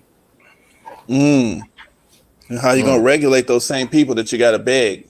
Right. You know, so basically you're going out, you're calling these people, asking them for money. They're giving you money, but now in order for them to give you money, you owe them favors. Because you can't really regulate them because you're begging them. Because so how are you going to control them if they're showing you, they're proving to you that they control you? So that's interesting. Hey, Kay, come on up. And it How's it seems going, like Miss K? politicians always doing favors for people. That's for sure. Well, you know, and that's why a lot of people, you know, that's why when people ask me, am I for capitalism? You know, I'm for free market trade capitalism. You know, and there's a big difference in free market trade or this, you know, laissez-faire capitalism, or, you know, oligarch style capitalism, you know, that we have. You know, with free market trade, it's, you know, whichever company provides a service at the right cost that, you know, consumers will actually buy it, wins out. Whereas now we have a situation to where corporations are you know, because they're being lobbied to by, you know, the people in Congress, they're actually able to ask them to put these specific things into law to make it easier for them to gain control over a system. Yeah, it shuts out any. Yep. Go ahead. Well, our capital society is 1% controls all the wealth, and that's a trickle down effect, which doesn't work. Well, and then we got the 1% of the 1% that controls the world. What? You said 1% of the 1%. Well, you know, the thing is, though. Go ahead, Super Mike. Go ahead, man. No. What I was gonna say too is that I mean, like, I know we're all aware of these 1% of these rich, some of these rich schemes that I believe that they feel there's no threat, that we know this stuff, and so they'll let some of this stuff out because they want to, they want to Well, feel proud of the fact that they've done some stuff. Of course, they've got these schemes going on. I Like mean, anybody stroking their that's ego. rich, anybody that's rich is going to have associations. So of course they're going to have clubs and stuff. But the point is they're all human, and everything doesn't go their way. And so sometimes when people talk about these 1%, all these rich people and super wealthy and their little schemes that they come out with, it's like sometimes we talk about them as if there's no point in resistance. Just like the Borg. You remember the Borg on that Star Trek? I do. Resistance is futile. You are part of the Borg or whatever.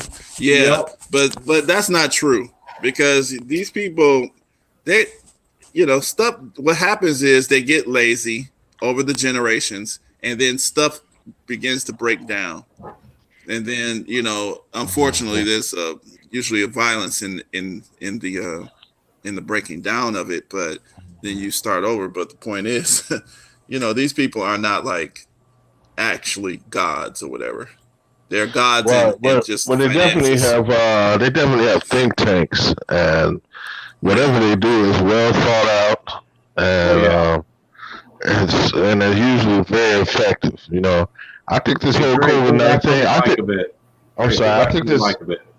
think this whole COVID-19 thing is a big part of just a financial scam.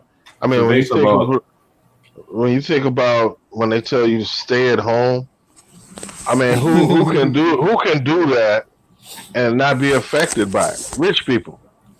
They could sit at home forever and it wouldn't bother them. But the average person like me and you, we have to get out there and go out there and get it. I can't afford to sit at home.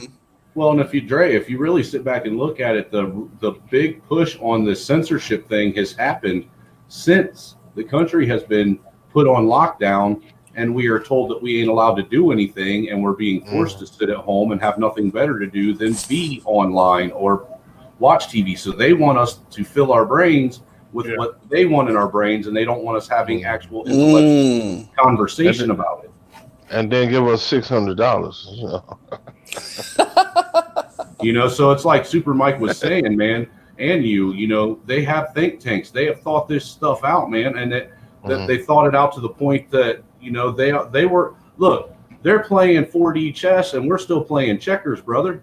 Right. Exactly. They've been doing this for centuries, man. This is nothing new to them. And that's why it's taken BMT to bring a little bit of reason to me. I mean, because honestly, Mo will tell you how many times I ranted about, people need to get up and do something on his channel, very passionately. But the truth of the matter is I really feel that we need to stop worrying about the Fed, and we need to start focusing more so on our local communities.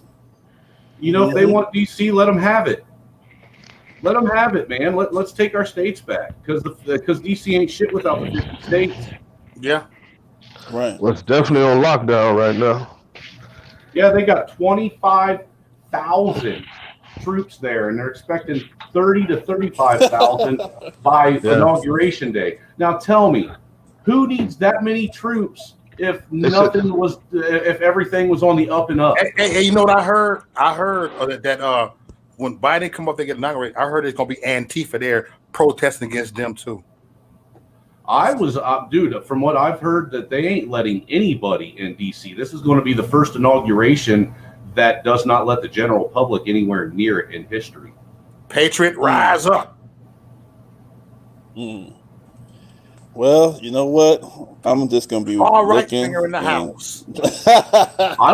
Dude, look, I wanted to go, and if things wouldn't have got crazy, my wife has the time off. I wanted to actually take my wife and my two young kids to actually witness an inauguration for the first time, because I've never been to one, but it's crazy, and it's really kind of disheartening that the country's become so polarized, and it's shifted two different directions so bad that something like that, which should be a pinnacle moment in American history, you can't even take your family to, and you can't even take part in without fear that something might happen and people get hurt, maimed, or end up arrested. Well, America's consumed by fear right now. You know, fear is the disease that's causing all I'm gonna this. fight for my country to my very last breath. And you know, and I love being a patriot. I love being America first. This is what I'm standing for. This is what we got to stand for. Our country. This is our country, and I don't care what color you are, what race you are, what ethnicity you are, what your background is, where you come from, whether you're rich, whether you're poor, whether you're barefoot, whether you got shoes on, whether you're homeless and you got shit or you don't. This is still your country. This is all of our country. Every one of us. This is our country. You know, at the end of the day, this is our country. Every one of us. We're born here. We're all native to this country. We are all native at this point now. Well, the biggest fear they have is for everybody to unify, no matter what color you are, or whatever. That's a big fear of theirs. Well, that's obvious with all the division tactics that have been pushed over the last 12 years. Then it would come down to just the rich and the poor. The haves and the have-nots, man. You know, Right. And I'm a firm believer that this is more of, look, man, without getting real deep and spiritual, I really believe this is a spiritual war and a cultural war all mixed together. Yes. Of course it is. Mm. Yeah. There's an old saying that one day the poor will eat the rich. Well, that happens. That always it's the cycle that I was talking about a little earlier, and that's the reason why I was saying, like, when we talk about these people that, like, keep in mind, we don't really see them, and so we can come up with these. It's almost like somebody who was born and they was maybe a foster child and they didn't know who their real parents are, so they can kind of imagine, who these parents were, and they come up with all of these issues and maybe come up with all these fantasies of how these people are. And then when they really actually find out who and what these people's motivation was, and it kind of settles them out. These people who they have money, but they're not as smart. It's like they're not as infallible and like the stuff that we know about them. They didn't really intend on us knowing this. Like this stuff that has been coming out, the fact that we can even have this kind of conversation, the fact that they have to go to the censorship level like they are about people, is because people have risked over a period of decades to share information that was restricted, and now it's mainstream information now. And and that's how their power is broken, because the power that they have is in when they say jump, everybody jumps. You see what I'm saying? And now that people have the ability to kind of say, hey, question the information and compare it, and then we have the ability to get documents and all these different things. It's like, okay, they're out of control now. This thing is not under our control. We got to go ahead and shut everything down. Let's spray the atmosphere or whatever we got to do. Let's get this under control. And that's what we're seeing. That's a result of the technology revolution. Right.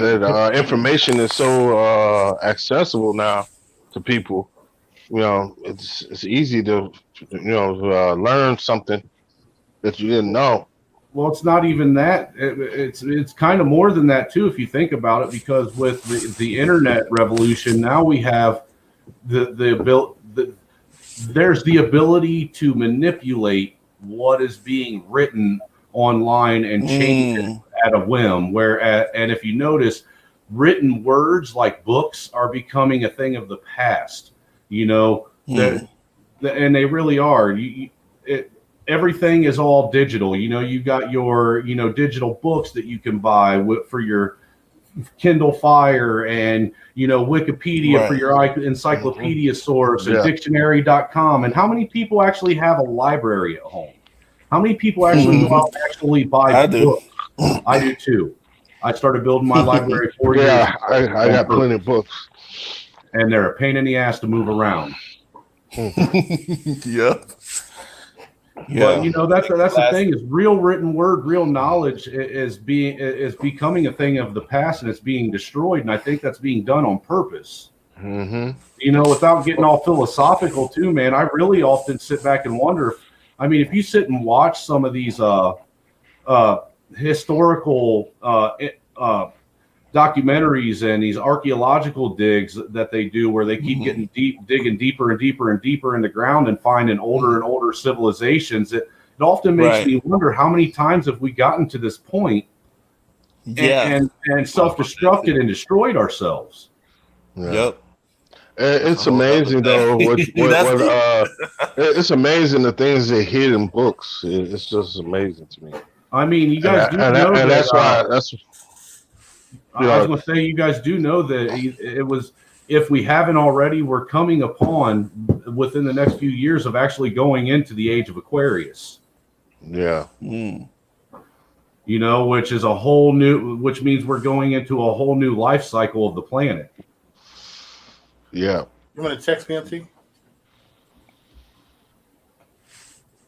Well, I said after this, after COVID-19, things will never be the same again.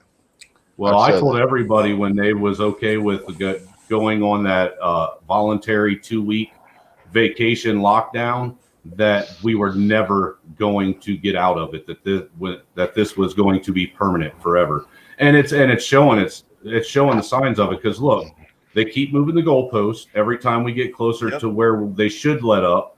And now they got new strains and this, that, and the other that are coming out. Watch and see if once March hits, they don't lock us down like they did last March. See, I hesitate to share certain because you know what? Let me tell you something. I made a little video. Well, first of all, when it first came out, it was like when they first started promoting it really on the internet, when it really started hitting the U.S. In March, I made a little video, and I made a few predictions. They did come true. Then I predict, just like in 1918. Remember, we had the H1N1. That came out in 1918 and killed 675,000 people. Right. H1N1 came out in 1918. Are you sure it was that one, or was that? Hey Nick, I just texted BMT. I called him.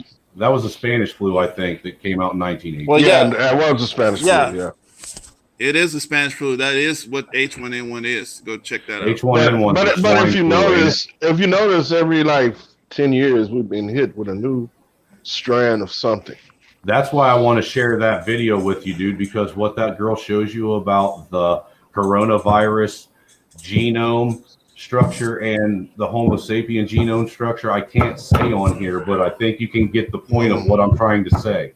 Yeah, right. I'm gonna just call it what it is: biological warfare. It's a control. Yeah, but it's biological warfare. No, she's comparing the genome structures. She's comparing them. So if she's comparing the Homo sapien genome and the coronavirus genome without coming right out and saying it, what is she trying to compare? Well, the thing is that there's some kind of technology going on there. The point I was making earlier is the fact that that pandemic was kind of fizzled out in November of that year. It started to kind of fizzle out a little bit. The Spanish flu? In November of that year. Around that, it started to fizzle out. According to what I've researched on it. I haven't done exhaustive research, but I've done some research on it. And I said that was going to kind of be similar this year, and that I made a little video because after the election, I showed how some of the restaurants in California were allowing people to do the inside seating, and they canceled that. I showed it. I just showed people sitting down in the restaurant in a few restaurants, and it was just like a 2-minute video. I just showed it, and they canceled the video. It was like, you're giving medical advice. I was like, what? Look, bro. So, I ahead. literally shared a document right from the CDC's website, screenshotted the document, and provided the link to the CDC. No, you're not my sister, but you're my friend. And they shut it down because I was providing false information from the CDC. Now, see, that's where we have the issue when you're actually using their own chosen, know all be all source of information, and you're told that you're censored even then by using their own information that they are giving. Do you know the word conspiracy theory is a word that was made up by the CIA, the FBI, I think. Absolutely, to make people look crazy. When John F. Kennedy was assassinated, they made that word up because people were saying, analyzing and speculating, and they just called them conspiracy theory. Yeah. So that kind of, just like the word black on black crime and all that. Yeah, all of these different. These words are social construct. I keep telling people about this, and they don't understand what's being done to them. Well, the word black, the word white, those are social constructs. There's no such thing as black or white people. There's no such thing as. So that's why we're Homo sapiens, not black, not white. We're Homo sapiens. That's what we are. But what I would say on that one though, the thing is though, I've done a couple videos on this too, is we can't pretend like social constructs. Our beliefs matters, and that's the problem. I think that's the key though. Like what people believe is literally a thing. It literally is important, and a lot of us been told that our opinions don't matter, but actually our opinions matter. So if we have a social construct, right? If we have a social construct, the fact that enough people believe it and have enforced it, it actually makes it real. So we have to kind of deal with it. And I understand it don't make it real. It can be. It don't make it real, but it makes it a force. It's a force, but it's not real. Okay. But it is. It has power because, like you said, people believe it, and belief is very strong.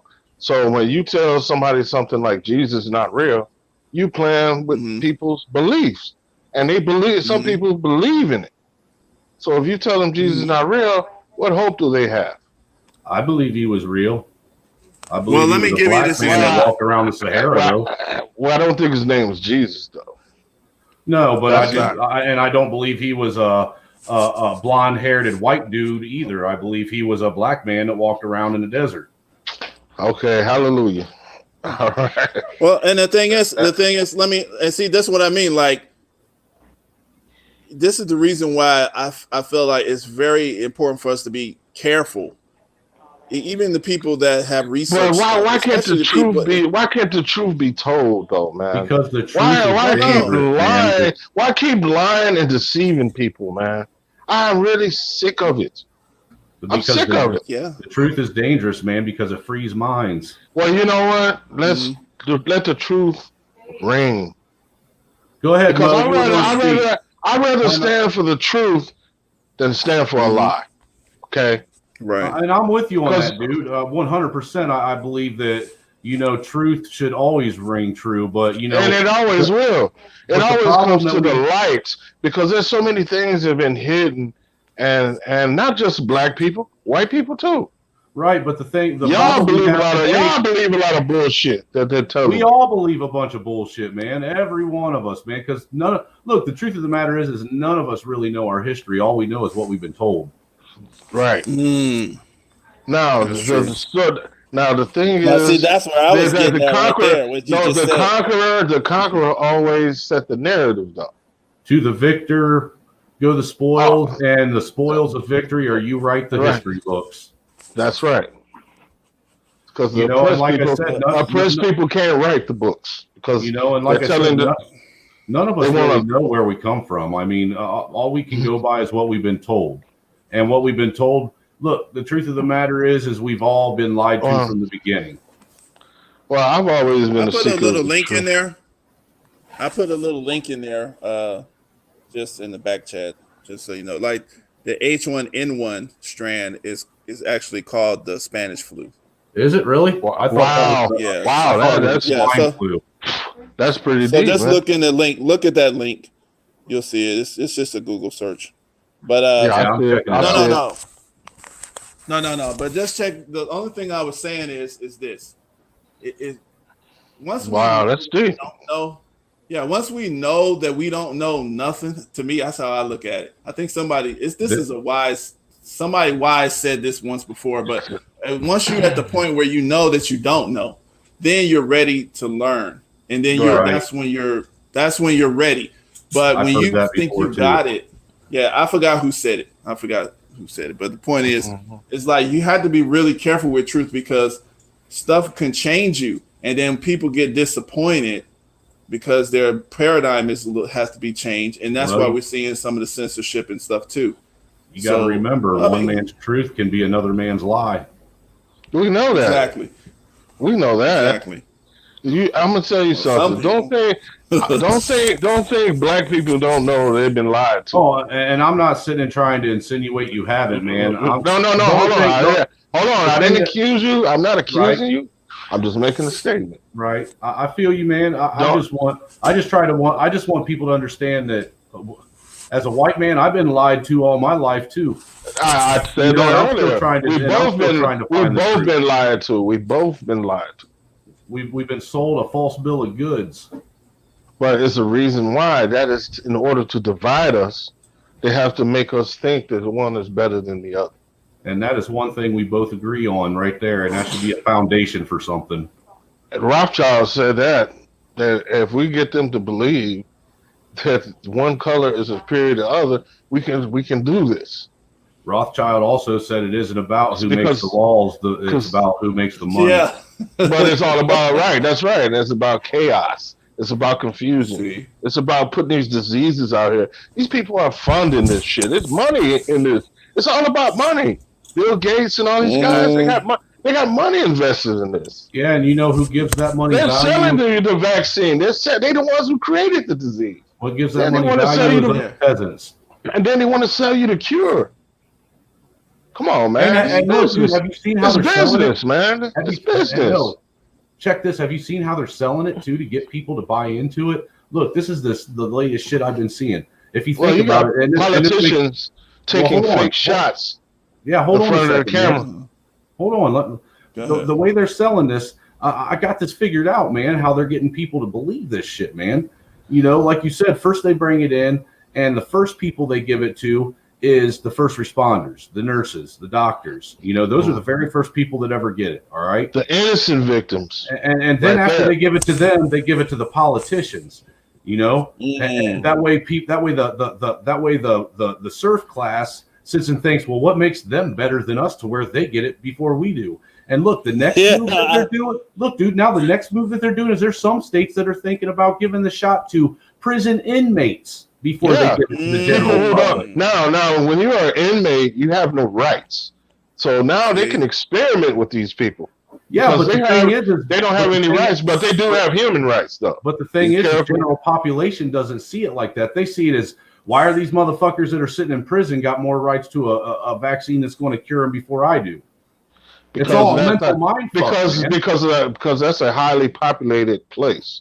You got to understand that. You got to have bodies in there for a jail to work. An empty prison is worth nothing if they don't have people in there. That's why it doesn't matter if you're guilty or innocent in a lot of cases, especially with us as black people.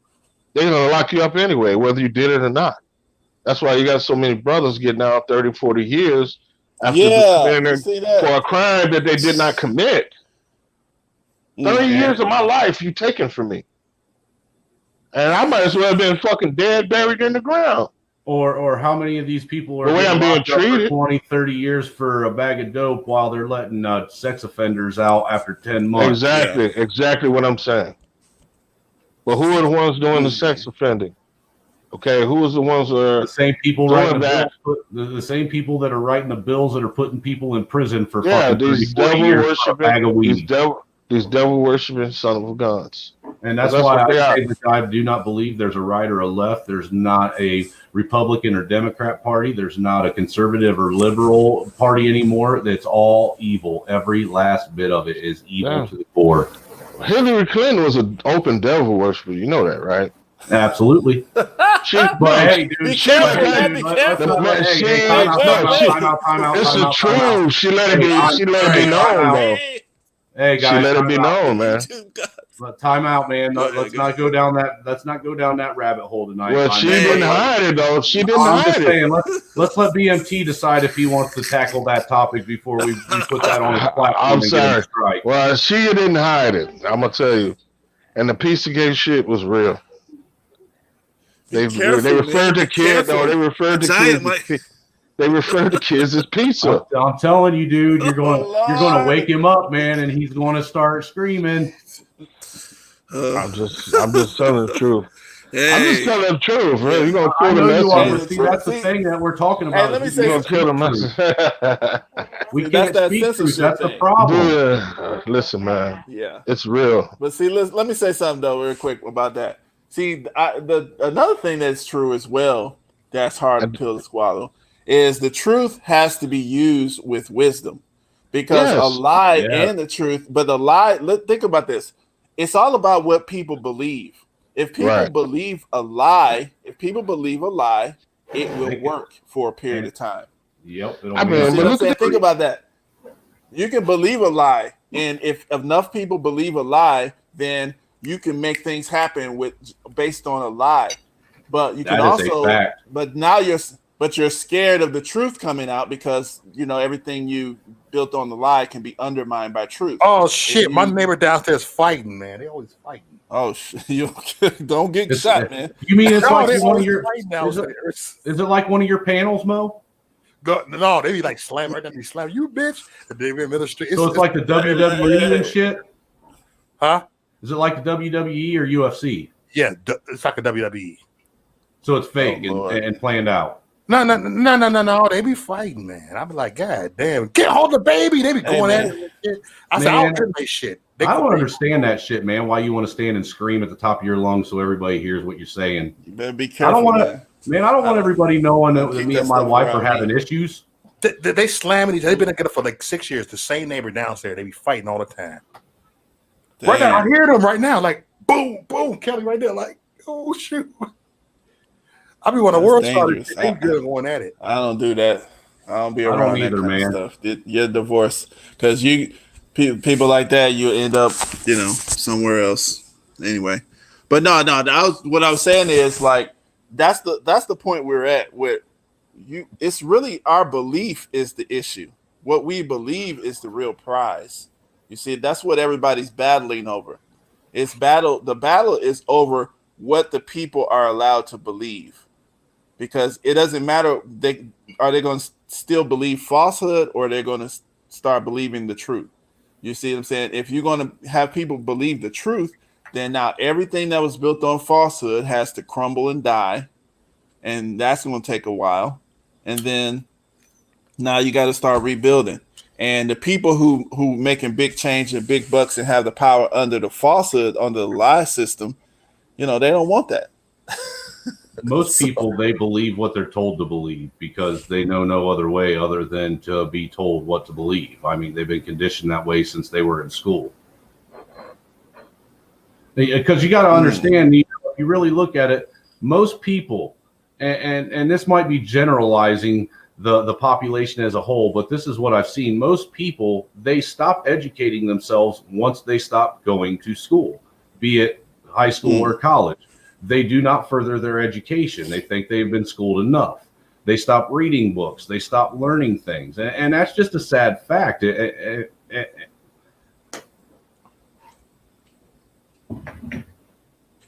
Yeah. But the thing is, that's kind of, if you think about what people believe, it's almost, I would say that it's kind of like everybody, we're all programmed. We just, when we're born, whatever environment, and whatever environment you're put in, situation, and as your life experiences happen, then you get programmed to kind of believe certain things or whatever.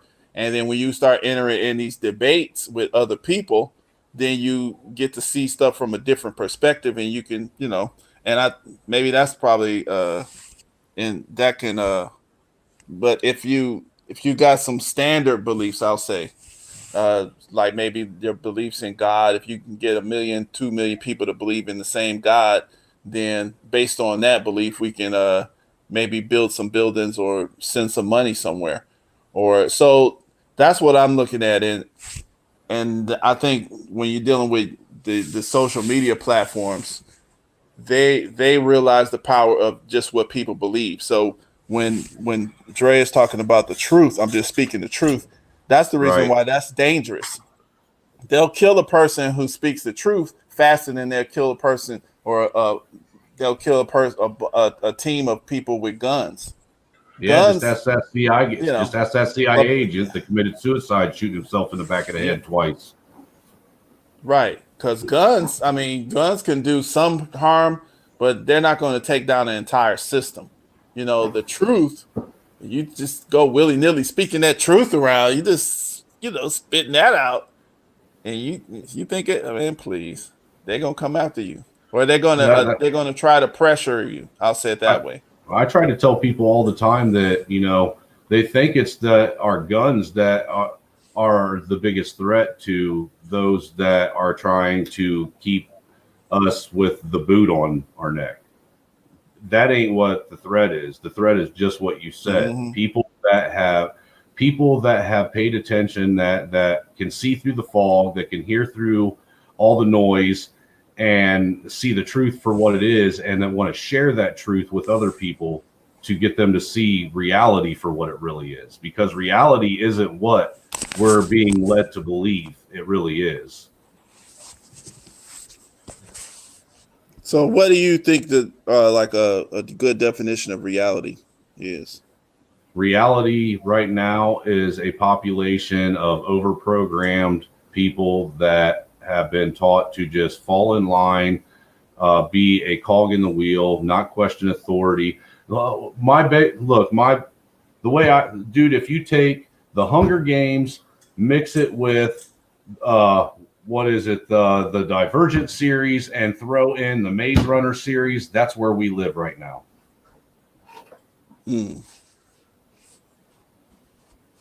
Yeah. Well, I mean, because we really don't know. Look, I mean, if you think about it, nobody really knows who to trust anymore. Nobody. We desperately want to trust somebody, but we don't know who to trust. Trust. Think about that. Seriously, like I'll say it like this.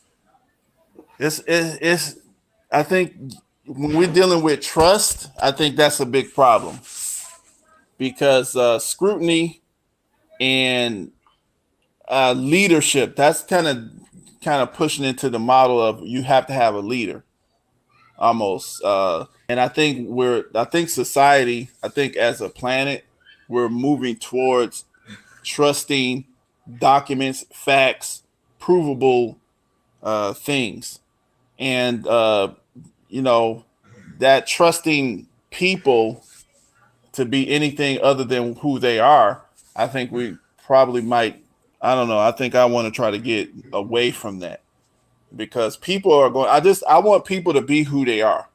Right, I don't want to try to, Exactly. but right. I don't want to, I want to trust them to be who they are. That's how I want to do. And I consider what they say. I take serious what they say and what they do. But And can you really put stock or weight in it? Well, no, I hear it, and then if I'm going to make a decision based off of it, then I try to corroborate come it. But on, Tad. Why you got to go there, man? Why you always got to throw that card out there, brother? It's all good. Us white people ain't the devil, bro. Well, I'll say it like this. This is what I want to say. If people should be who they are, and the thing is, you got to be who you is. Now, sometimes who you are is in conflict with other people, and maybe y'all just need to kind of do a little separation there for a period of time, and that way the conflict can die down. But the thing is, when you start going to restricting folks, I don't know. That's what I don't. I think we can. When I say restricting, I shouldn't say restricted. I should say you should stop censoring. I'll say it that way, and let life, let the conditions of reality, let nature kind of dictate what people decide to do and what not to do. Well, Because when other people, go ahead. I was going to say, if you think about it, you know, piggyback off what you said, with the freedom of speech, really what's going on right now is we are being denied not only freedom of speech, but we're being denied our ability to redress our grievances. That's what's really happening right now is we are being told that we cannot redress our grievances with those that we have been told we have elected to be our officials. And that's what censoring speech does. It tells you that you don't have the right to address these people with your issues that you have with them. Taz down there doing it. Man, he's always trying to trigger me, man. Always trying to trigger me. Man, you're lucky the one thing we got in common is the bean, brother. We always got the bean to fall back on. We can't never forget about Colette. Okay, with this nigga. I probably sat on the same stoop you did, just at a different time, brother.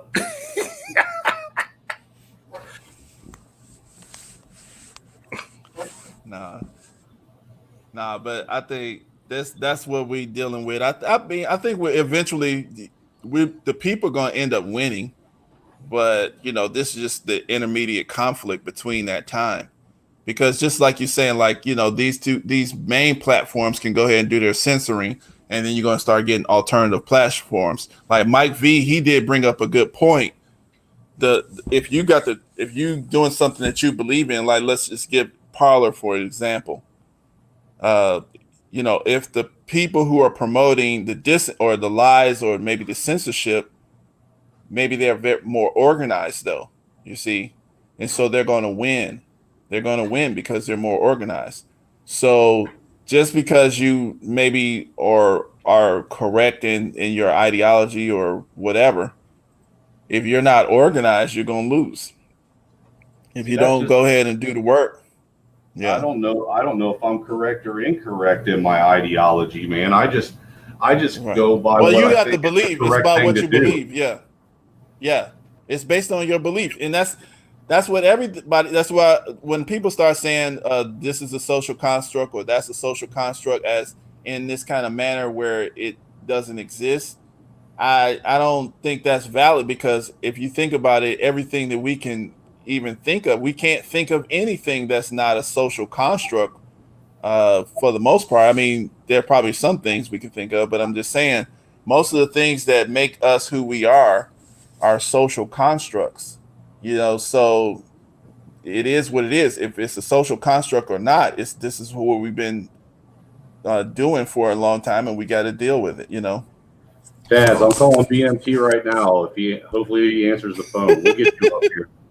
I scared you like two or three times and stuff. Man, I'm gonna tell you. He sleep. Yeah, he always go to sleep. He didn't answer his phone. But watch, he's gonna pop on here in a minute like a ninja and shit out of the dark, man. I can't say nothing. I did that many times. I fell asleep. Mo, I disappeared.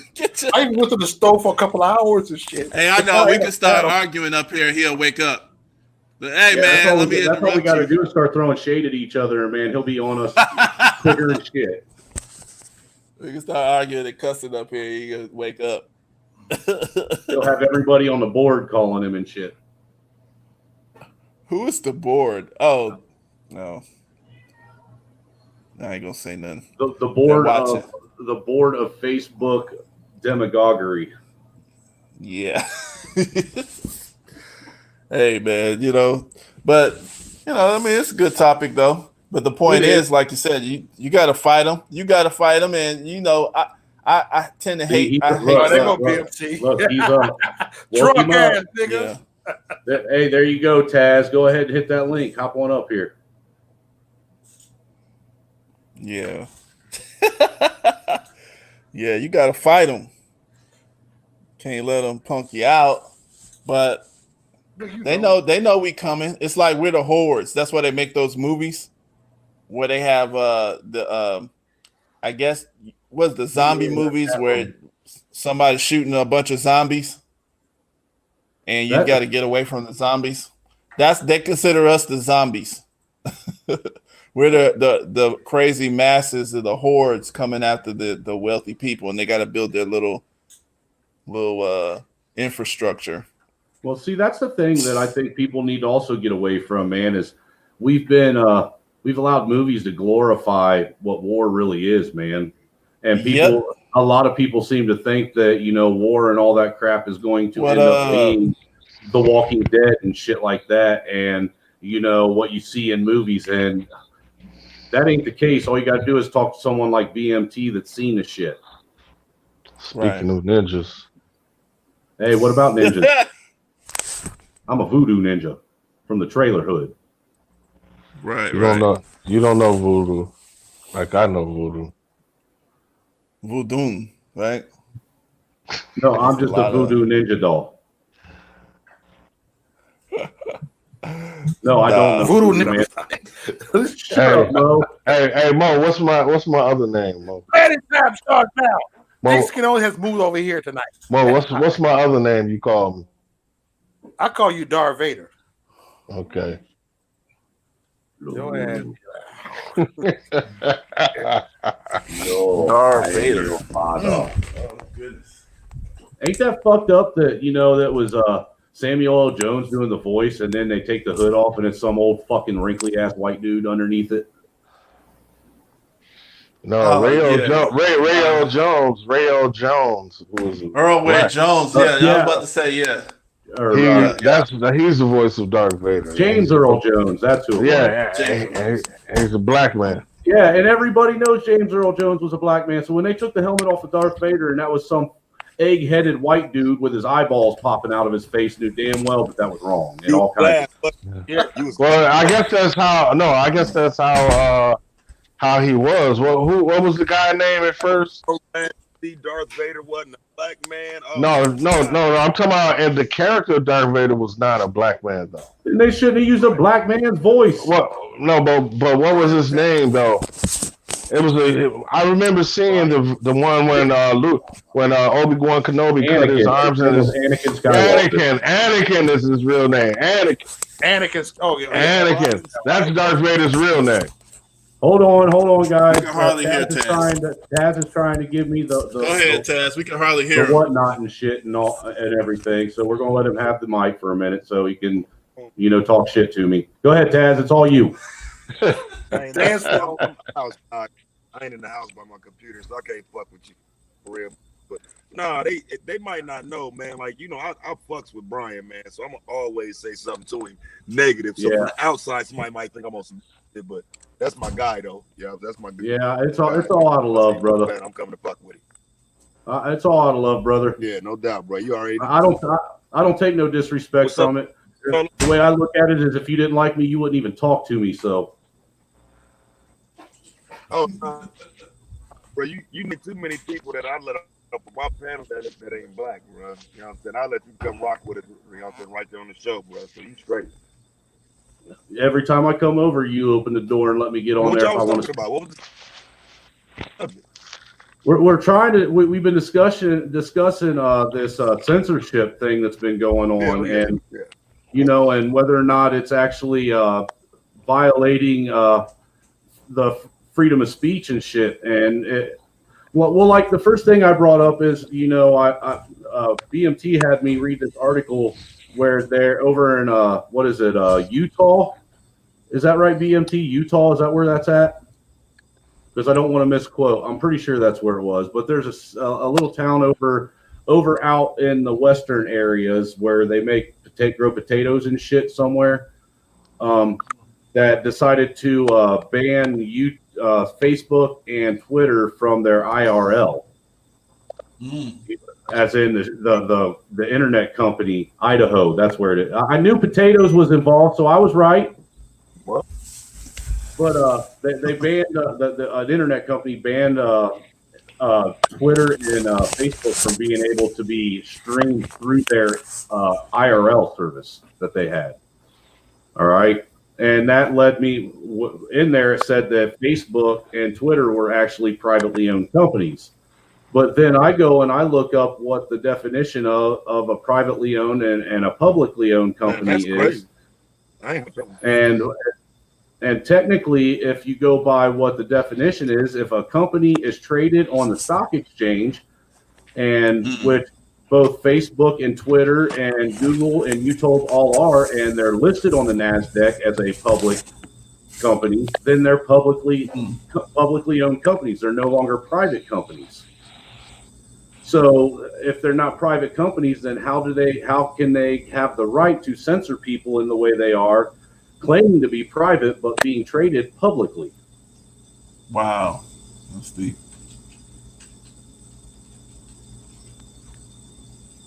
Hello? Yeah. Crazy, bro. I ain't hip to that. I'm at the real. Well, yeah, but you know they could do whatever they want, man. See, that's what I don't like. I don't like that. Go ahead. At the end of the day, yes, they can, but you know, Because we're not talking about something written in stone, like my man we were saying earlier. It's all social constructs. But it's up to us to break that. But whenever it comes to them doing something they want to do, there is no law. I mean, I don't know about you guys, but I miss the days when social media and the internet was the wild, wild west. Well, yeah, I grew up there. The law, I compare it like this. If you could walk on flat earth, right? You can walk on earth, or you could build yourself a house. If you build a house, the house has to submit to the laws of physical structures, and so they'll stand up. So you can live outside on the ground, which is like just the wild, wild west. I ain't got no problem with natural law.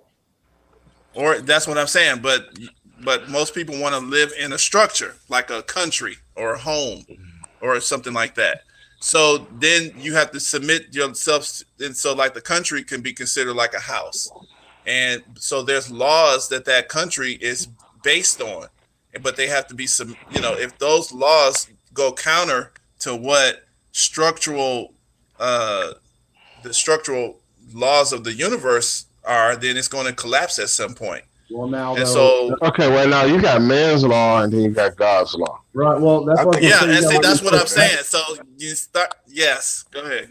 Let me push back on that though, because if you take the wild, you have natural law and natural order, and everything falls into place nice and smooth out there until man decides he wants to stick his hand in it and fuck everything up. Well, I mean, it's going to happen smoothly. So when you say law, are these people trying to play God? With their law. Well, that's what I mean. That's what I mean. They don't even follow themselves. Right. Well, they find that if you look at the way they do things, Congress considers themselves exempt of all repercussions of violating law as long as what they're doing is quote unquote in the halls of Congress. Yeah. What? Yeah. See, that's true. That's why they're so disgustingly sick individuals. And that's the reason why, that's what I mean. Like, if you start undermining the foundation of what this thing is standing on. Well, our foundation was undermined. Our foundation was undermined in 1913 when we became a corporation and was no longer a country. Well, in 2020, now they're pedophiles, and that's just what they are. Where'd you go, Ted? They're disgusting human beings. Driving. And children are not safe in this country if you think about it. You know, like 30,000 children come up missing 30,000 children come up missing every year. It's more than that, I believe. And not even finding these kids. I remember when they used to be on the milk carton boxes and cereal boxes, and they're never finding these children. There's something going on here that people are not paying attention to. They're not going to, dude. There's actually you can find it on YouTube, and there's actually an interview between a Christian priest and a rabbi from he's a real bigwig rabbi, and he gets into this. I can't remember his name, but if you Google search the rabbi that talks about kids coming up missing, you'll be able to find it, and you'll know what I'm talking about. I just don't want to talk about it on BMT's channel because it's some pretty sick shit. Let's just say this after I listen to we all know how deep that rabbit hole gets, though. Well, look, dude. Let's just put it this way: after I but you got people that are doing it and are not being held accountable for their actions. Let's just say this: after I listen to this guy, I never ate McDonald's or Burger King. I know that. I was going to get to that. Ever again. And most people, honestly, you shouldn't anyhow, because that shit's disgusting and all it's doing is killing you.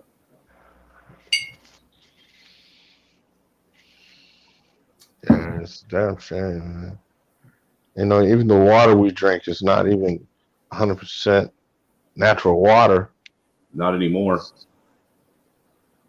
You know, it's got fluoride in it, and we all know fluoride is a poison. Look it up. It is a poison.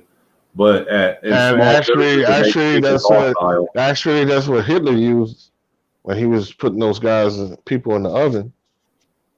He gave them fluoride. Yeah, he gave them fluoride. There's other. So, I don't know if there's really any truth behind it, but I've been told that they put like what is it? Well, it's in our water and our toothpaste. So, well, they put antidepressants in our water too. That's what fluoride is. No, I'm talking like what fluoride does. Yep. And if you read on the toothpaste thing, it says "do not swallow." Yeah. Right. Or call the poison hotline. It's right there on the toothpaste. Mm-hmm. See, think about this right there for everybody. Yeah. Like the truth that with these masks ain't working. It says right on the damn box that these masks will not prevent you from catching COVID-19. It literally says it right on the box. Be quiet, man. Don't say that. Don't say that. Now they want you to wear. Why not? He's telling the truth. Now they want you to wear 2 masks. Let the truth ring like a bell. Hey, time out. Not everybody wants. Now they want you to wear two masks. Instead of 1, they're saying 2 is better than 1 now. But you can't go more than 3 is no good, they say, because you can't breathe. Well, I heard they're giving you 2 vaccines, too. Yeah, that's for the... not one vaccine, 2 vaccines. Moderna's not that way. Moderna's only 1. But something that has a 90% recovery rate, okay? 90%. They're telling you about people that are dying. They're not telling you about how many people are surviving COVID-19. It's just the truth. They said even if you get the vaccine, you still got to wear the mask. Even if you get the vaccine, you still got to wear the mask. Yes, it's crazy. After a point, you know what? You are breathing in carbon dioxide, and over a point of time, it can actually cause health problems. Yeah, you're constantly wearing that mask. Carbon dioxide poisoning will actually make your blood. It's like putting your mouth to a muffler, because your body releases what it doesn't need. Okay, when that air comes out, that's you don't need it. But if you're constantly breathing it in, it's going to cause a problem. It's like putting your mouth on a muffler. Hey, what? You want to know? Fluoride is good for your teeth. Go ahead. That's what they told you. That's what they told you. Go learn that. Go ahead. They told you that, but it's poison. Read the label of the toothpaste. It's a neurotoxin. Read the toothpaste label thoroughly. Remember what it says on the toothpaste. Read it. 4 out of 5. And you will see what I'm saying. If swallowed, call the poison hotline. It's on there. Now, if you don't see that, then you can't read. Yeah, go ahead. 4 out of 5. Yep, 4 out of 5. You know it. But the 5th one is an idiot, right? Yep, because he went against the status quo. And then if Hey, you take 5, has anybody heard any word on the Tiffany Dover thing? Tiffany, what's who? that? I never heard that. Never heard of it. You've never heard? You haven't heard the name Tiffany Dover? No, I haven't. Nope. She was that nurse that fainted like 15 seconds after. I did research that. I researched that. They said she wasn't. Yeah. They said the fact checker said she was okay. I heard she was in a coma. I heard she was in a coma. How come she hasn't come out and done a press conference to prove it to people? How come all of her social medias went dark? I heard she was in a coma. That's what I heard. She might be trying to tell the truth. That could be. Maybe, I don't know. There's another nurse that had just like Sean. They got she got Bell palsy from it. You know, they say it's causing people to have Bell palsy, which is like one side of your face goes numb. Your one side of your face goes numb. There was a nurse that report. You know, she got on there after she took the vaccine, and she said that her face was dead on one side. Yeah. So my question is, why are they going to push a vaccine like you said that has a 95% recovery rate or actual working exactly when supposedly COVID has a 99.950% survival rate? Yes, that's what I'm telling you. So look, has China had a vaccine? Nope. No, right? And wait. Now it hit Italy probably harder than anybody, right? Did they have a vaccine? Nope. Well, they do. So why is United States of America? Why is United States of America talking about a vaccine for something that has a 90%? They do have it. They do have 90% recovery rate? They're using the Pfizer because Pfizer's out of Germany, and so they've been using. Well, they do have the vaccine. Yeah, just like in Germany. Hello. Yeah, their vaccine's called "Shut Your Fucking Mouth and Fall in Line," commies. No, it ain't gonna happen. Just like in Norway. I'm not. No, that's what Norway. Didn't they tell the truth? Yes, they. You know what happened in Norway, right? Yeah, they didn't do anything there. They just let people go about their business and let herd immunity take over. Well, no, in Norway they used the vaccine, and they said that 23 people passed away. Oh, I did hear about that. 4 days. Yeah, in Germany they used the vaccine. They said now. 10 people passed away. Well, 10 people passed away within a few days after what was it? There was that gynecologist. Well, they said it has nothing to do with why are we not hearing about that though? But because they said it has nothing to do with the shot. Lie.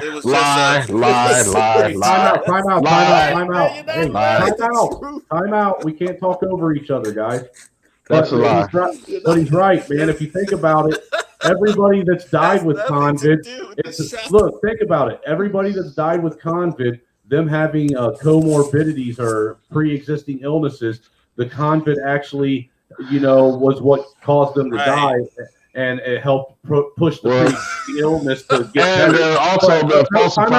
Time out. Let me finish, man. But everybody that's died from the shot, it doesn't matter that they had it's not the shot, it's the pre-existing illness that actually caused them to die. They're causing everybody to get the shot, whether you have it or not. And not only that, quarantine is for people that are sick. You don't quarantine. You don't quarantine healthy people, which they're doing. Be careful. I'm just telling the truth. They're doing it. Okay, they're doing it. Trey is triggered, and we're allowing them to do this to us. We're allowing them to do it. BMT, Dre's triggered, and he's going to get you flagged. I'm just telling the truth, man. The truth is a weapon. I'm not lying. You want me to lie to you? No, I mean, you got to I'm going to keep it 100. That's what I'm going to do. I'm going to keep it 100. Y'all heard about the guy in the doctor? He was in Florida. He promoted the shot. Yeah, and you see what that was deep there because he's an expert. Right, and he died in what 14 days. But did you hear they keep saying it took 14 days or 16 days or whatever, but the thing is 3 days after the shot, you know, he noticed because he's an expert. He noticed stuff in his skin that the average person probably wouldn't notice. Well, look, dude, it's like this. And what's the point in taking a shot that they've already said ain't going? There's no guarantee that it's going to prevent you from getting some shit. It's like people that get the flu shot. I find it absolutely asinine to get a flu shot that's based on a strain from the previous year that ain't even going to help you with the flu that's out this year. Right. But you're not using the proper rationale that they want you to use, and that's you want to know what my rationale is, Mike? You want to know what my rationale is? No. I've never had a flu shot, and guess what? I've never had. I've never had the flu. See, RBR's here in the chat room. That's just not. You're not doctors. Well, you're you know what's going to doctors. happen? It's the white man's fault for COVID. RBR's here. Well, yeah, it's some white man's fault. That's the truth. I ain't gonna lie. Well, who created it? God damn it! RBR, That's a little slant-eyed motherfucker over there. Let's ask that question. Let's ponder I on don't that even for a think it minute. exists personally. I really don't. Wuhan, China, the labs of Wuhan, China. Yeah, you know, they said I was looking at some of their research. They said that they had checked 10 million people, and they said that the people that literally actually had it didn't really transfer it. Like, you know, like if you just like you were saying, like you only quarantine people who are actually sick or whatever. Yeah, they were saying like, you know, we're trying to quarantine people who not even sick. Stupid, but yeah, they said the people now they want people that are sick to take a vaccine shot now. Dre, you got to pull back from the mic, brother. I'm away from the mic, and I wish you would stop saying that shit to me because I'm tired of you saying it to me. Please. But it hurts my ears, man. Okay, well, take your earphones out. I don't give a fuck. I'm not going to stop talking. I don't want you to stop talking. I mean, you're telling the truth, but it sounds all muffled and it hurts. And if I take my earphones off, my kids will wake up. Well, I guess that's why I have that name that I have. Sure. What is it, Mo? Darth Vader. Oh, he's the one always falling asleep and breathing heavy on his mic. Yeah. I do that sometimes. Damn, I wish RBR come up. God damn, see, I'm petty. Damn. Oh my Why God, do RBR. you want to trigger everybody? RBR is but I don't hate RBR. I like RBR is going to blaze everybody. He just don't let anybody else talk. Yeah. He doesn't let anybody else talk. And he's outdated. I know it. Well, he's just going to blaze everybody because that's what RBR does. He's just going to say Barack Obama is a god and that beautiful masculinity that is the love of the Jesus and the love of all mankind. Yeah, he wants everybody to, grade education. Like, come on, man! Don't forget the Nazis. We touched all the talking points, right? The Nazi. Yeah, I think that's all. What else did he say? Yeah. All those white racists. They're born racist. Nazi white supremacists. But then he hates black independence. He hates. Oh, see, that's the one thing about RBR that be tripping me out. But whatever, you know, he shouldn't be censored. No, he be trolling though. RBR be trolling. Even trolls are entitled to, sound stupid if they want. Yeah, see, that's what I mean. Like, he said, Kelly Ray, you're a Nazi. He said it right there. What's that make Mo then? He said I'm married to Amber Geiger. She's Amber Geiger. Lord. He's the black Trump the Bob. Mo's an enabler. What you say, John? What you say, John? He's an enabler. No, he's an enabler. Anybody know Trump the Bob? He's the black Trump the Bob. Trump's the Bob? I never heard that one. Yeah, it's a white version on my side. Okay. He's enabling the white supremacists to kill off the black race. Hey Mo, you take That's a moderating good conversation because I want to give you something to eat. Dude, you gotta put Yeah, all go this on me, man. God damn. Hey man, I'm sorry. I just keep it real, man. All right, I'm moderating this. No, you're good, brother. You're good. I just need to go make me a sandwich. I'm Okay, hungry. and my RBR boy, shut up. No, I'll just be playing around. Yeah, you be speaking that truth, brother. I'm just messing around on the you know what I'm saying, on the chat. Hey, what's up, y'all? Man, now look, now I'm moderating. I ain't serious. OnlyFans now. All right, everybody. Right. Go ahead. Good. Go ahead, Only moderate. thing- Do your moderating All right, I'm thing. gonna do my moderator, man. Well, only thing you can't mute mics right now. See, I can't mute my so guess what? I'm gonna have to yell at everybody now. Right. Damn, I wish RBR was up here. Shit. Nah. I'm missing a good fun. He can just blaze everybody. He'll wake BMT up for real. I be having fun with him. BMT. I be wanting this bullshit on myself. But see, you know, that's what I mean. Like sometimes when they have too much censoring, I think there's rules of the road, you know, for stuff. But when you got too much censoring where people can't even express their views, even if, let's say, somebody's racist. I mean, I'm telling you the truth. If somebody hates me just because I'm black, like that's their business. But the rules of the road is they're not allowed to, you know, come try to attack me or what have you, because the law should be for everybody. Now, see, that's your perspective. That's your perspective, but I don't give a fuck if they like me or not. Well, that's my point. Perspective. That's exactly. I don't give a fuck. Exactly. I agree with that. But what I'm saying is, if I'm in a governmental little spot or whatever, and you know I'm trying to run this system or whatever, trying to keep everything decent, you know, you got to have that range. The people have to settle some stuff themselves. You know what I mean? Like if you're talking about racism and all that kind of stuff, that has to be settled. The people have to try to work that out.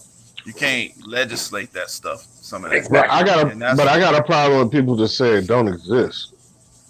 Well, yeah, me too. I do. I agree with you there. I have a problem with that. Yeah. Now that's why I was getting at when you was talking about the social construct, because it is a social construct, but at the same time, it's all a part of racism, right? Though. Exactly. It's propaganda. It's propaganda. It's all bullshit, man. A lot of us don't understand what propaganda is. They submitted a bill here in Oregon for reparations. If you can prove that you were a slave, they would give you almost $127,000 a year. But now let me tell you the catch to that. White people have all the records. So they were the owners. They were the ones keeping dockets and everything.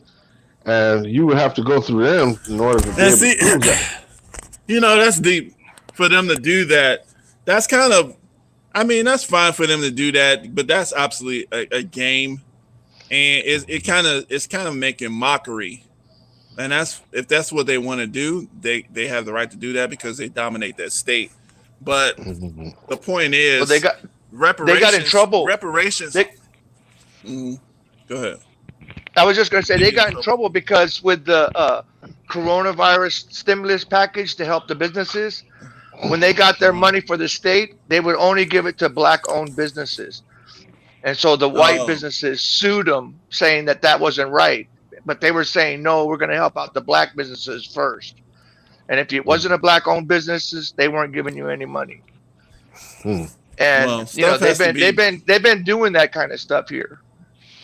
Stuff has to be done in a systematic way, and it has to be explicitly for reparations. Like if you're gonna say this is what we're gonna do for reparations, that's how it needs to be done. It can't just willy-nilly, you know, because people can get mad. People gonna get mad. Like to me, like if when black people do start getting the reparations, because it's just eventuality. People are going to get mad, but so what? And they can do what they want to do. But the point is, everybody has got to start fighting for what their rightful stake is. And if white people want to be just honest, you know, they got free land. They got a lot of goodies and giveaways, you know, of course, for a little while. They got a lot of goodies and giveaways for a while. Hold on, let's just say at least a century. I ain't gonna say a little while, but at least a century. So you think that 127,000 a year, that's not a good start? and maybe more because I mean, that's every year. Well, if you say 400 years slavery, let's say a couple of centuries. Well, I do believe in fairness because I'm straight reparations, but I do believe in fairness. And just because somebody's mad that this, and which I can't understand because But I'm I not wouldn't mad give a if fuck. Chinese people. I'm not mad if Chinese. Fuck if they're mad. I wouldn't care. I would give Well, a I'm shit. just saying. I'm just. The thing is, only thing is them being mad. It just kind of delays So what? issues, though. Well, I mean, I want it now. So the thing is, but what I'm saying is with them is for people to be mad because another community gets a benefit, as if that's taking something That they well deserve. That they well deserve. Right, and this is something that I don't understand. Because they really ain't giving you shit. They actually paying an old debt. Yeah. 400 years of free fucking labor. 400 years of fucking free labor. Stolen. People got stuff stolen from like my family. Oh yeah. Families. Oh, inventions. All the inventions. Not even all the inventions that we invented. Bro, we ain't gonna talk about the inventions. Yeah, we don't want to talk about the inventions that we invented. Oh my God. Remember Field Order 15. A lot of people don't understand that Field Order 15. Right? That's the black folks was given that land, all that land in South Carolina and stuff. You know what the devil's punch ball is? Right. No, they build a wall. That's in Mississippi. They build a wall, and they build a wall. What Trump was talking about, building a wall, and they left the black people on that side of it to fend for themselves. And now, mind you, they didn't have shit. Okay, yeah, the army did this. The Union, United States Army, whatever the fuck it was, they were representing America, no matter what they were. They built a wall and they left these slaves behind this wall until they all died. And today in Mississippi, it's a peach orchard. And guess what? They don't eat the fucking peaches. The black people don't. No, don't nobody. The white people don't either. Because they know what that is. They probably ship it over. They probably ship them overseas. They know what the fertilizer. Yeah, but see, the point is like that history has to be settled out, and people don't understand. Even these white people who think this stuff is a threat to them, which is stupid. That history has to get settled. It would make everybody's life much more easier. They fear that one day we will do something to them. They fear that. I mean, nobody's trying to do nothing to them. No, we're not. But they're afraid of it. They're still afraid of it. They still think that one day we will just go on a Nat Turner spree around this motherfucker. That only happened because Nat Turner only did what he did is because of somebody stealing his labor. See, that's what I'm saying. Like, not only that, he realized that the Bible was a bunch of lies. Because he was only being told to preach what they told him to preach. Love your master, do good to your enemies, turn the other cheek, all that shit. He flipped. That's what they told him to say. But he was like, wait a minute, this is bullshit. Hey, but he shut off white babies' heads. He caught the white people. He said they gonna grow up and be monsters. He cut up babies. Hello. Timothy McVeigh. They did that. Timothy McVeigh. They rebelled. A whole bunch of young motherfuckers. Henry Berry. Then they changed the law because of that. So they told us we couldn't read after that too. That's when they really started enforcing that they didn't want us reading because he was able to read. Yeah. Now Turner's my favorite black. Yes, he is. He's my hero. Nat Turner. He is my hero. Lock us up when I said that. Nat Turner #1 and Malcolm X #2. I go with Nat Turner. Malcolm X is my guy too. Harry Tubman wants shit to me. Well, why not? Don't say that, man. Don't say that. No, I'm just being honest. She wasn't no joke, man. She carried a shotgun. No, but she had help from the Underground Railroad. And she knew how to use it. And she, no, wait a minute. It ain't she knew how to use it. She had used it. But did she die several times? Did she die for the cause? Because she was shooting motherfuckers, man. No. It wasn't her. She had help from the Underground They Railroad. ain't telling you. They're not telling you the whole story. They weren't telling you the whole story, man. No. She was sniping them. Okay, Dre, me and you gonna have a one-on-one debate about that. She was shooting slaves, man. No. If you risk her getting caught, she will shoot you, man. Whether you was a slave or a white man, she would shoot you, man. Wait a minute. She never got caught. That's all I can tell you. She never got caught. And it's a reason why she never got caught. She had help for the government. Now, she would put a slug in your ass. Harriet Tubman would shoot you. All this shit by herself. Okay, Harriet Tubman would shoot you, boy. That's right there. Harriet Tubman would shoot you. It's the reason why she never got caught. When I say she wants shit, that's right. You don't like her. I like her. I like her. When I say I want shit, it's just like someone said that Rosa Parks wanted shit. All she did is lay her fat ass on a bus. That's just some ignorant ass motherfucker saying some shit like that, man. I'm just saying. Do you know what they did to black people back then? If you didn't get up out of your damn seat, no, I know you would be hanging from a tree, man. Railroad train. You would be hanging from a fucking tree, dude. But she had help.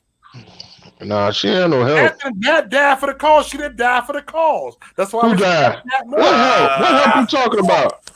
What help you talking about, Dre, that's an argument. She did good. Dre, I'm gonna. What help you talking about, man? I ain't been arguing tonight. We can't. Hey, but do you think that? Hey, can you believe the Bills took out the Ravens tonight? Can you believe the Bills took out the Ravens tonight? John's trying to break up our argument. They got a good quarterback, man.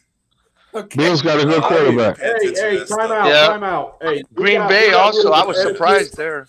John, time out. No, Rodgers is good, but I don't like Green Bay. I'll tell you, he is a good quarterback.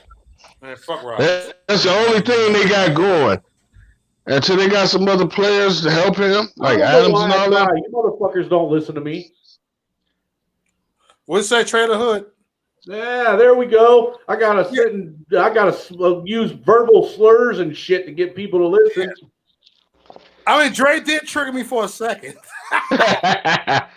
He triggered me for 1 second. He didn't get what I said about Harriet Tubman. I respect Harriet Tubman. I was talking about she didn't die for the cause the way Nat Turner. She didn't have to die for the cause. She was shooting motherfuckers, man. Believe me when I tell you. They didn't tell the real story. She didn't carry that shotgun for nothing.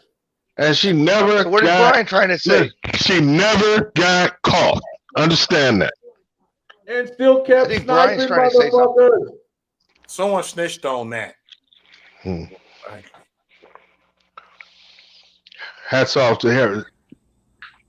Hats off to Harriet. And she was knocking heads off too. I'm not shitting on Harriet.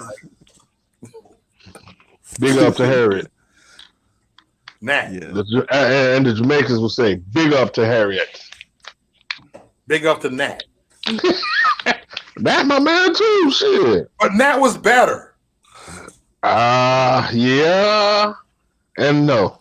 Because we don't know how. Because we don't know how many people Harriet killed. We don't know how many people Harriet killed. So I like that. But in that turn, we knew what everything he did and how many people he killed. And he got caught and they hung his ass. He was underground. He was right there. But Harriet never got caught, man. Look, Harriet never got caught, man. You got to understand that. That means a lot. She had help from the Underground Railroad. And it says a lot, though. She had connections. So what? He didn't have no help from white folks. Yes, he had help from black people. Then we snitched on him. Then we snitched on him after that. Yeah.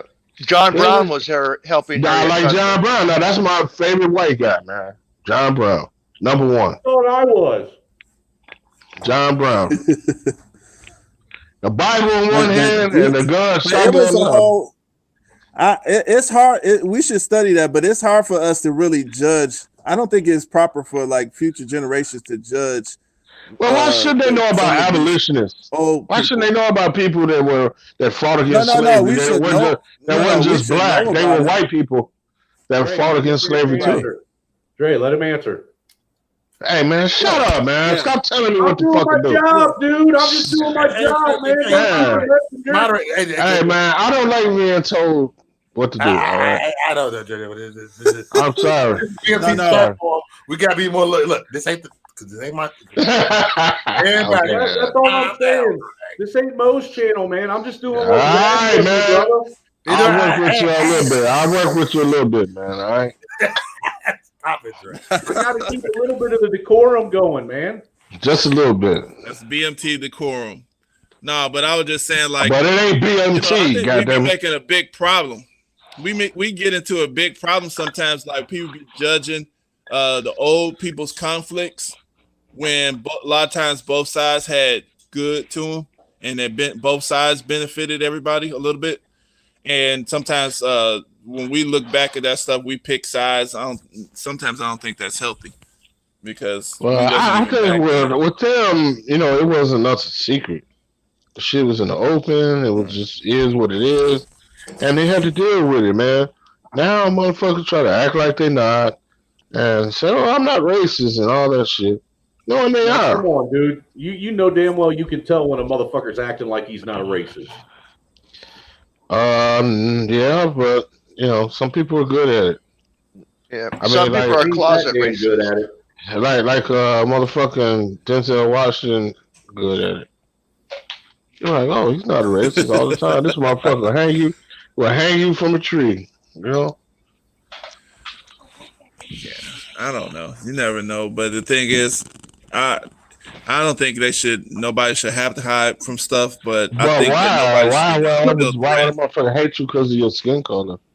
I just don't. Well, get that's their issue. Oh, that's their issue, and that's you know what I'm saying. logical. Like they have the right to do that. If they want to do that, they have that right. So what if we start doing it?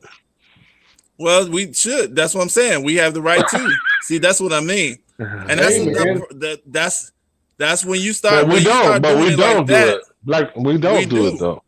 We do. Some of us do. That's what I mean. When you start doing that, then stuff changes. Not with laws.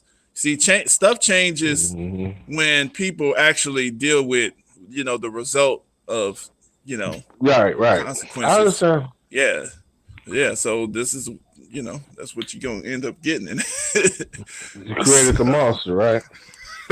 And just like Nat Turner, a lot of people like I know. It's a lot of white. Well, it's a lot of white folks who say like they don't like if you say you like Nat Turner, they don't like you. Because he did kill babies. But look at why he did it. Look at why he did it. Well, see, but he was being oppressed. He was a slave. Who the fuck wants to be a slave? Have you ever seen a happy slave? I understand. Well, come on, man, wake up! You created the motherfucking monster. Don't get mad at it. My kids hate life. Well, I mean. You a slave, motherfucker, and he kill you. What you expect? I mean, what do you expect from this person? Him to love you and kiss your boots and all that shit. That's retardation. Well, that's why things change. Yeah, but man, it had to. It had to change. Yeah, it had to. And that's kind of what we're looking at, I think. So, and that's kind of like just like that's actually a good example. I'm gonna tell you. Look at that! Check this out. Mo gonna like this. Mo gonna like this.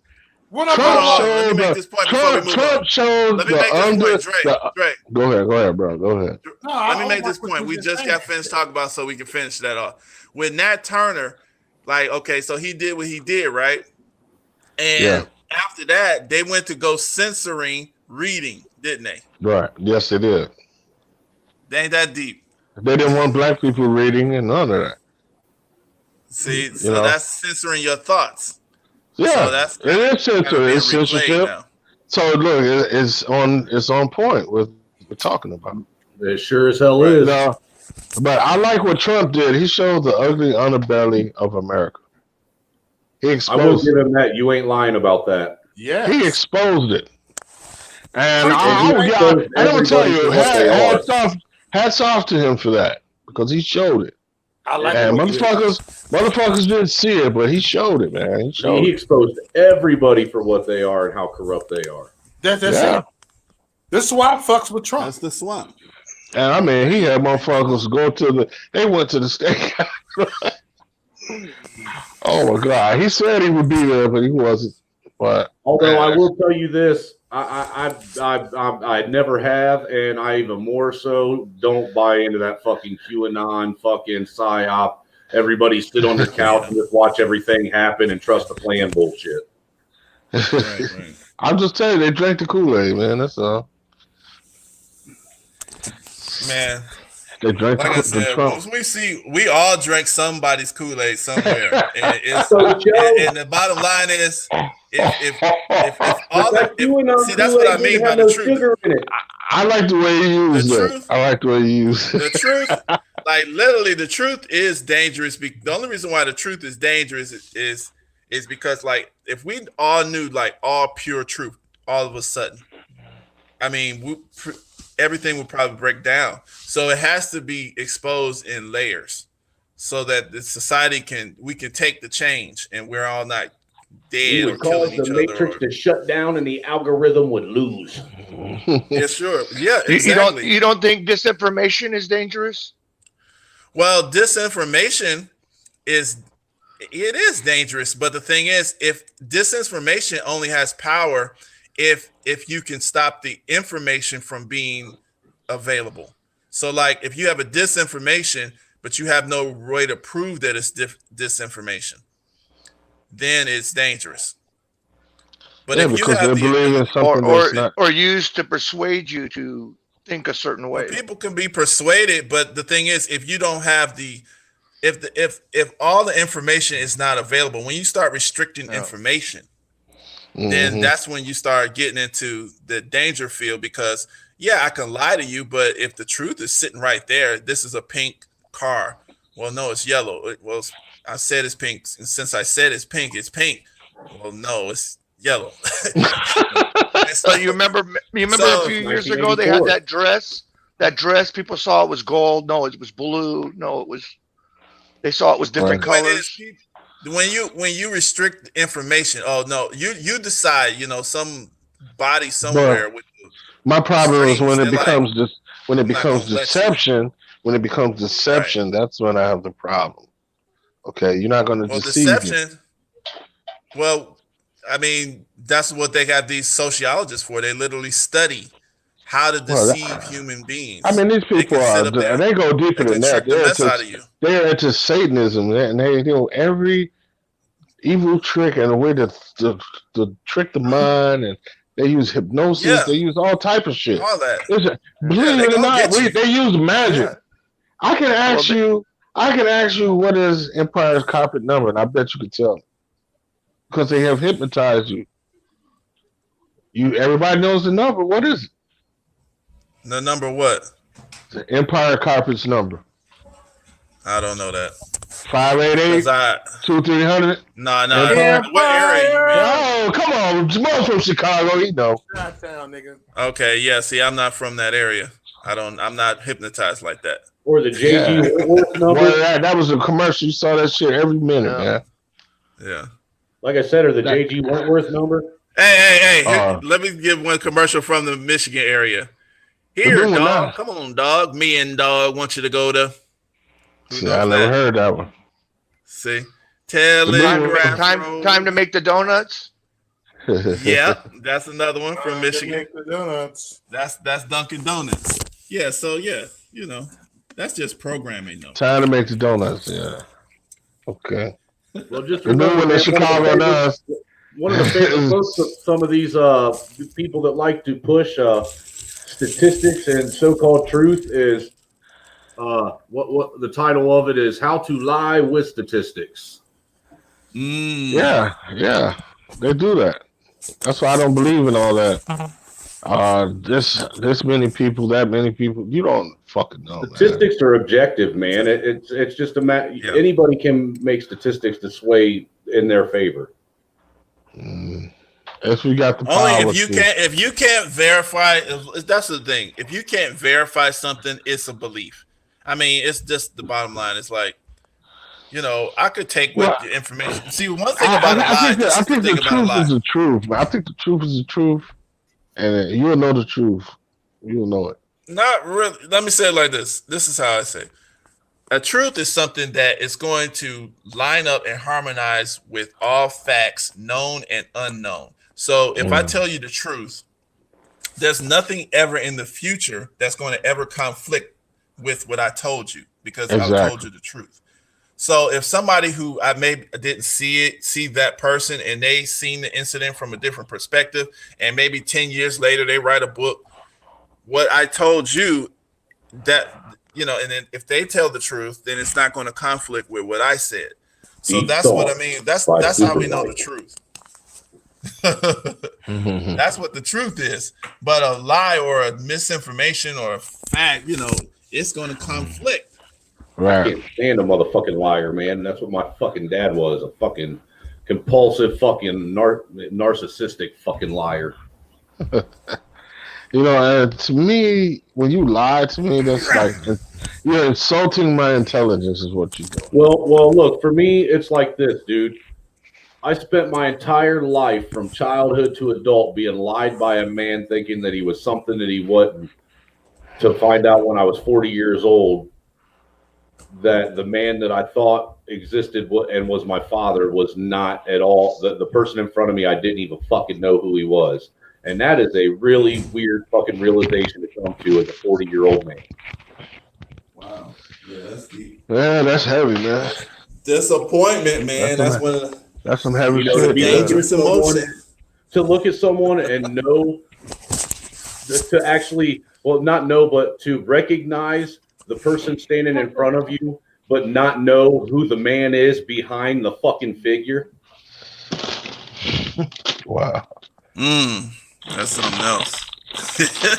I'm about to get off, y'all. It was good talking. I don't like the censorship.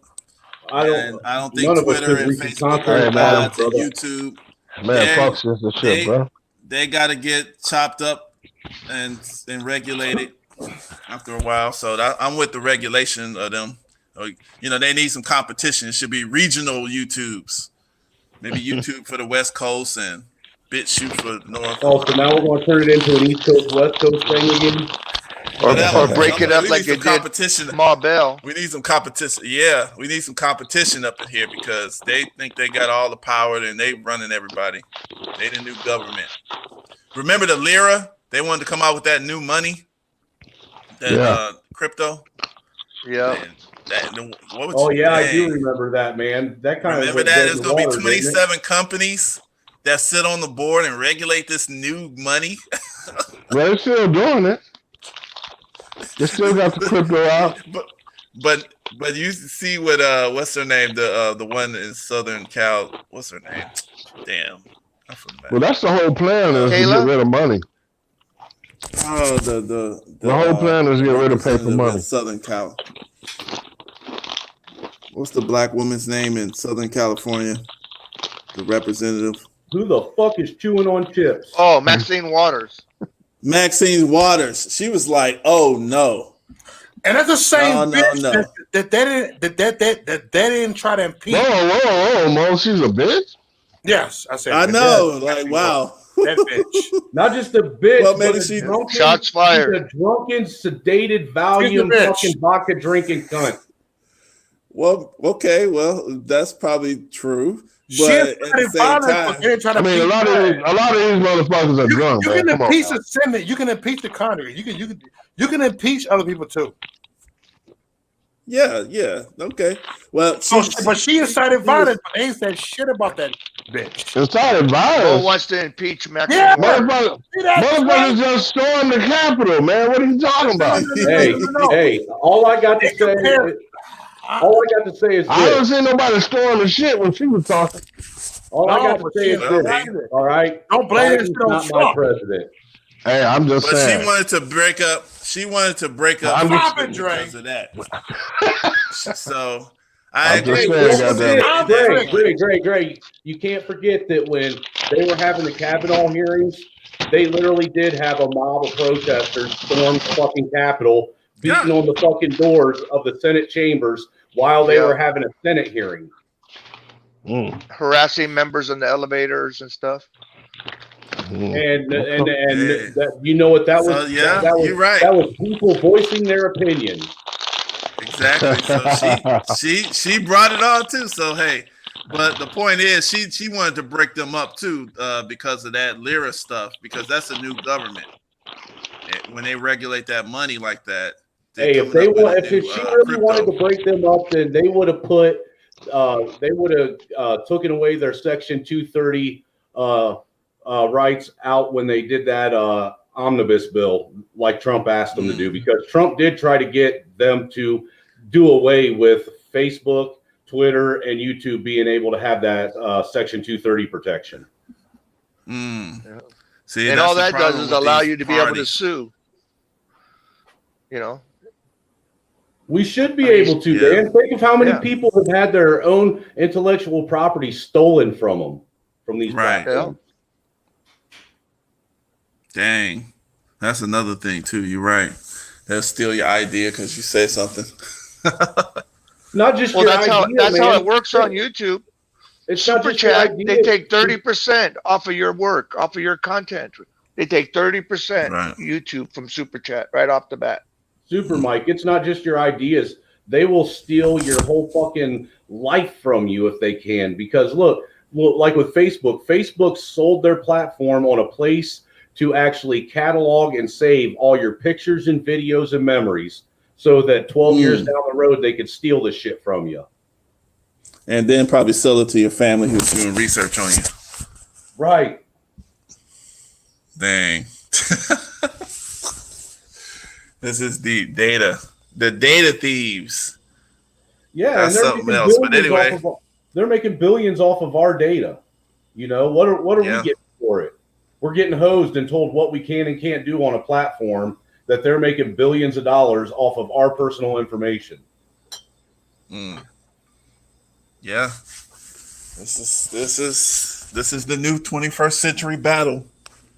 It's always something for the human race to battle. She said, see how they play us against each other so easily. Dang, we fall for the okie dokie every time. Yeah.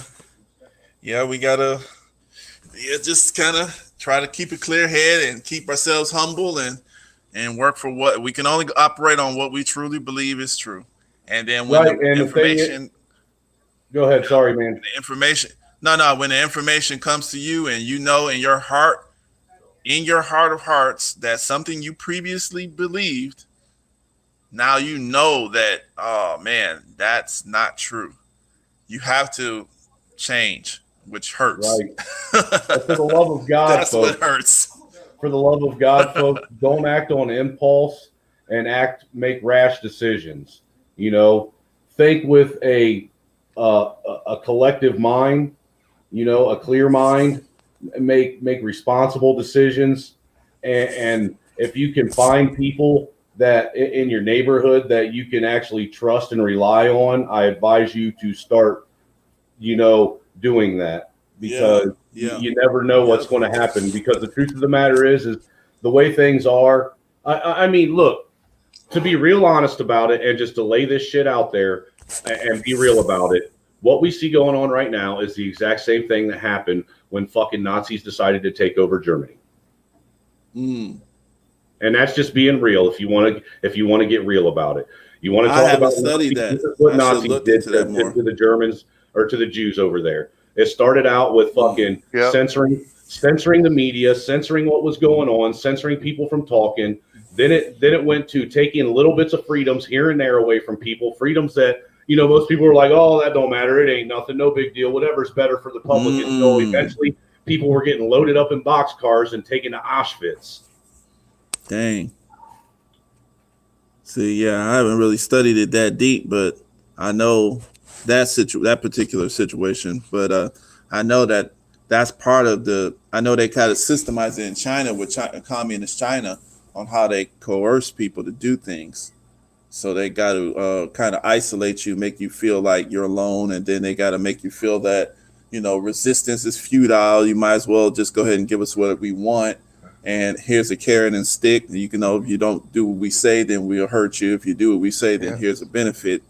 And then of course we're going to restrict your information, because a lot of times the real win is not in enforcing you.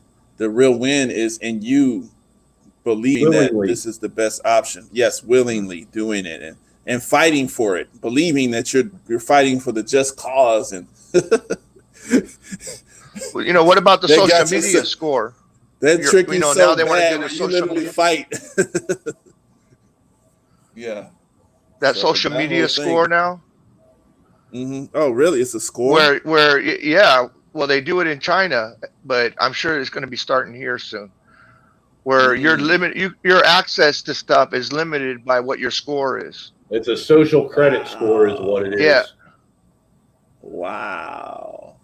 And it's based on how you react online, what cameras pick up when they see you when you're out. Are you a jaywalker? Did you run a yellow light as it was turning red? Oh my God.